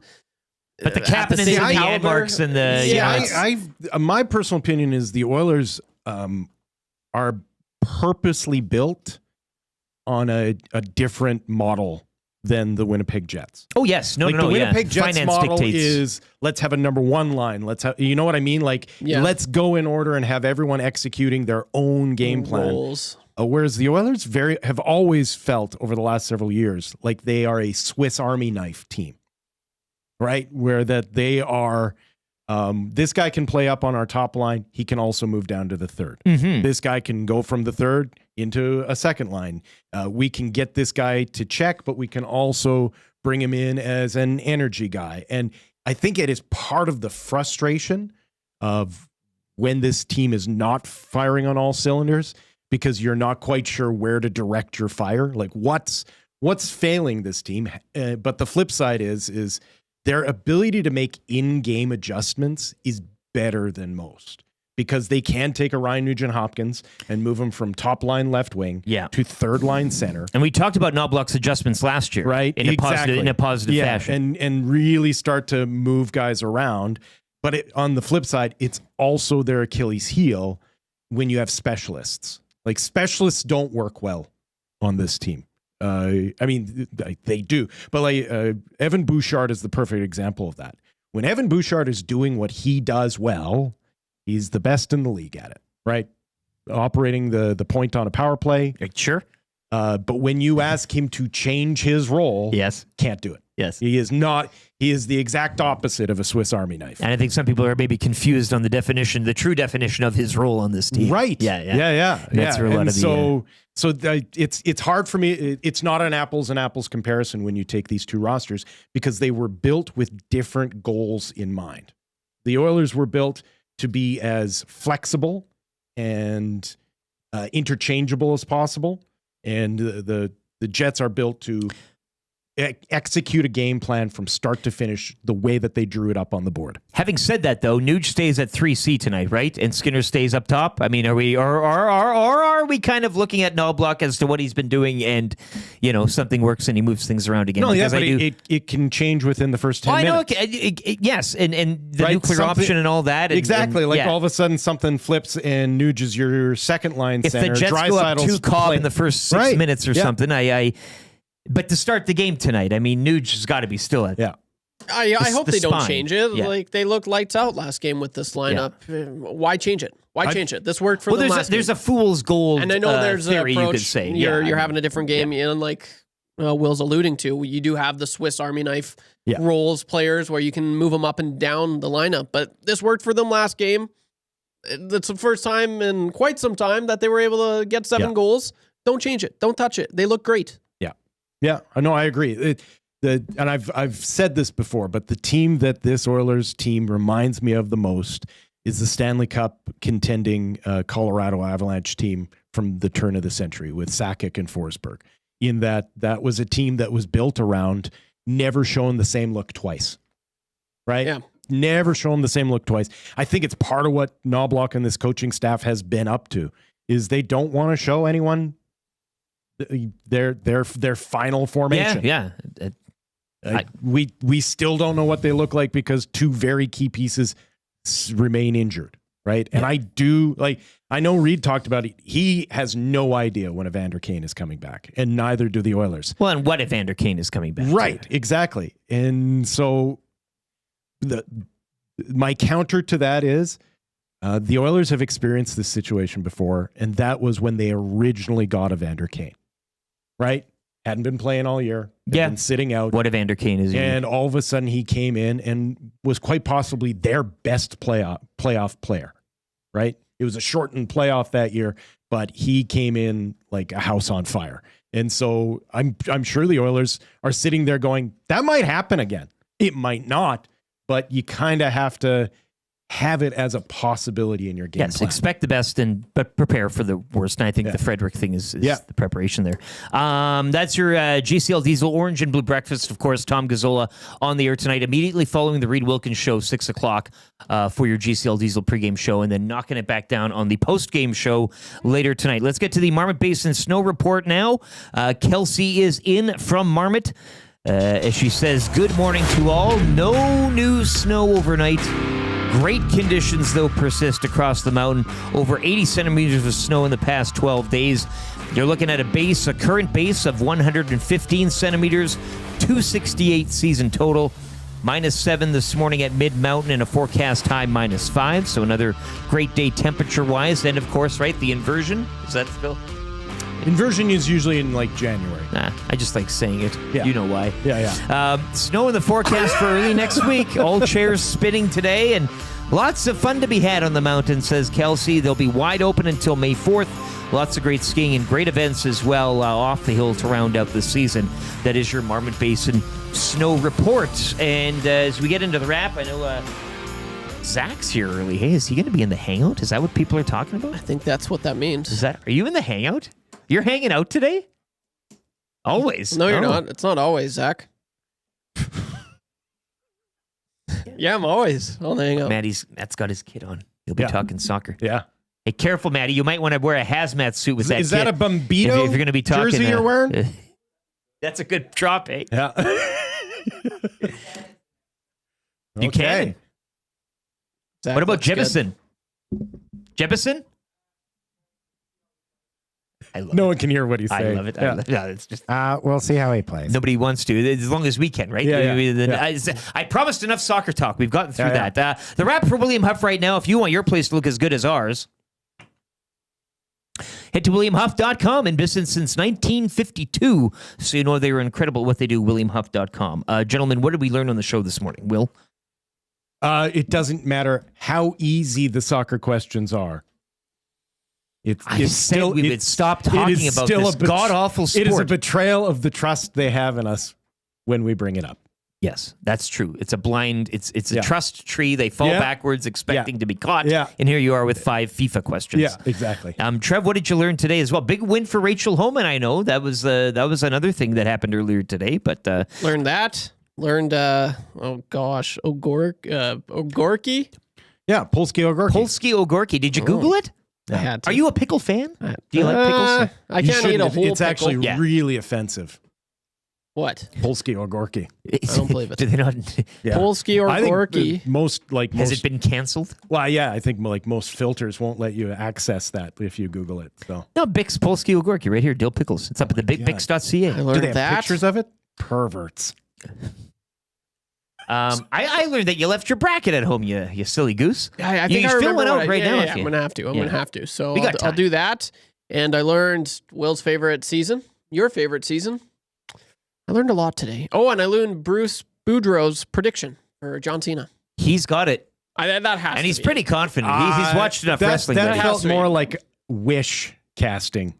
Yeah, he's trying to hope it into Exactly. hope it into No, reality that's- there. He It's can't obvious that's handle gonna the happen. idea of him retiring as a heel. Do you not It's think that would be obvious. That's kind of the most lame though? obvious But do you thing. think it'd It's be kind of gonna lame? happen. Like it's just kind of. It is lame because it's obvious. Yes. You want the Yeah. You don't want to be able to predict it, but there's no way he goes out retired being the bad guy. That's just if he is, that would be awesome. Yeah, I'd like no. it, but there's no way. You do that because his retirement isn't actually retirement. They never really retired. He could do this and then come back in like It's a 5 soft- years Yeah. as a manager. Bob McKenzie. Yeah. Bob McKenzie Like, retires. what is he more marketable as? John Cena, as he truly is, or evil John Cena, who's always out there lurking in the shadows? That would be funny. The hate sells He's too. now Yeah. just The biggest heel all time. Yeah. Forever, just a miserable No, guy. Bruce got a great promo though, as he does. He just wishes we could talk wrestling. You could tell, right? He gets the Oh, twinkle, jeez. the tone gets turned up. Yeah. Is everything okay over there? Some SGs in the nasty chat I just saw. I'll have to What are they doing in there? Come on, do something with that. clean it up a bit. Don't mind me. Clean it up a bit. I don't know if Put on Will- your sheriff's badge and Yeah, hit in I'm there gonna have and, to. and One sec. clean up the. I don't know. You might want to fill Will in. On So we this. have. Yeah. You've said a lot of dirty words on the show, Yeah, especially yeah. in the 6 o'clock Yeah, hour. yeah. But we can't say silly goose. We termed it a swear word. What? Silly goose. I didn't hear you. Called SG. And so people like to bring it up in the Was Nash chat. someone dropping an SG? I missed that. And we ban them now. We're drunk with power. Yeah. We cancel them in the Well, nasty come chat. on. Haven't the geese been through enough? Quite right. Well, we haven't even hit the vernal equinox celebrations yet. That's their word. That's not our word. I think we're going to dine on a goose tomorrow, right? Oh, as per tradition. As is tradition. You and Maddie will be picking away at a bird throughout the show, as you do. Abutsky says LTE, who Abutsky lost in the trivia this morning, and again he said he deserves what he got because the ticker was short. Planted. He would have probably he was starting to. He was on his way to victory. He says, just promise me that you won't tell my guy Ralph Hasenhutl that I only got 2 out of the 4 soccer questions I actually heard. Abutsky was following Southampton for a bit when Ralph Hasenhutl was the manager. Right. Right. I love it. Yes, and? Yes. As he should have been. Text of the day today is going to Bones. There are a lot of good ones that came in. The ethnic food, the determining Atif and YouTube Trev's night at the Oilers game tonight. We never really got into that. I know you kind of didn't want to, Trev, and I respect your wishes there. But you do have to find the old boy and, give him a little... We're going to get a photo. Rub on the head there, yeah. Be like, what's this? Share a hot dog. He was just going to... share a he'll dog love with it. him. Yeah, I could do that. Yeah. Lady in the Tramp style. I don't know about that, but we'll see. I'll never say never. Oh, hot dog, hot diggity dog. Yeah. Bones had the text. Will is the Don Matthews of hosts. You are happy when he fills in and even happier when he leaves. It's CFL. It's the Don. It's a little bit of truth sprinkled in, perhaps. Yeah, absolutely. Yeah. I will leave in a stinking cloud of controversy. I love when you're here, to be honest. I love when Dustin's here. I love it all. It's a nice mix. You don't get, But trust me, next Wednesday's going to be a good day. Sale GP is like the Lakers and LeBron. Right. That's your, that's the hill you die on. Yeah. I was born a coxswain. I'll die one. You got it. That does it for the Nielson Show here on a Thursday. I am off tomorrow. I took a vacation day. I want to rock and roll, buddy. Hey, am I right? Yeah, it's going to be a great night. Hashtag LTE in the streets. For YouTube, Trev, Will Fraser filling in for Dusty, who's back Wednesday. Lieutenant Eric. Thank you to everyone. Bruce Boudreau as well. Reid Wilkins, who's today 3 to 6. You can catch him on the Reed Wilkins Show. All of our sponsors, everybody joining in. It was a fun show. It was a fun sports show, as it should be. Right? Station Sports Show. Good show, guys. The Nielson Show presented by Southport Chevrolet. And Popeyes and all the good people, Paris Jewelers, A&W Bones are heading there today. And be aware, it is game day, $5 Mama Burger and medium fries. Hangout is coming up next. If you are watching on YouTube, stick around. It'll automatically just take you into the Hangout. Maddie Iwanik's there, Dean Belanger, Zachary Kubish, and who else they got in there? You'll have to wait and see. Talk to you tomorrow. Matt Iwanik will be in with Will Fraser. Have a great weekend, and I guess I'll talk to you on Monday.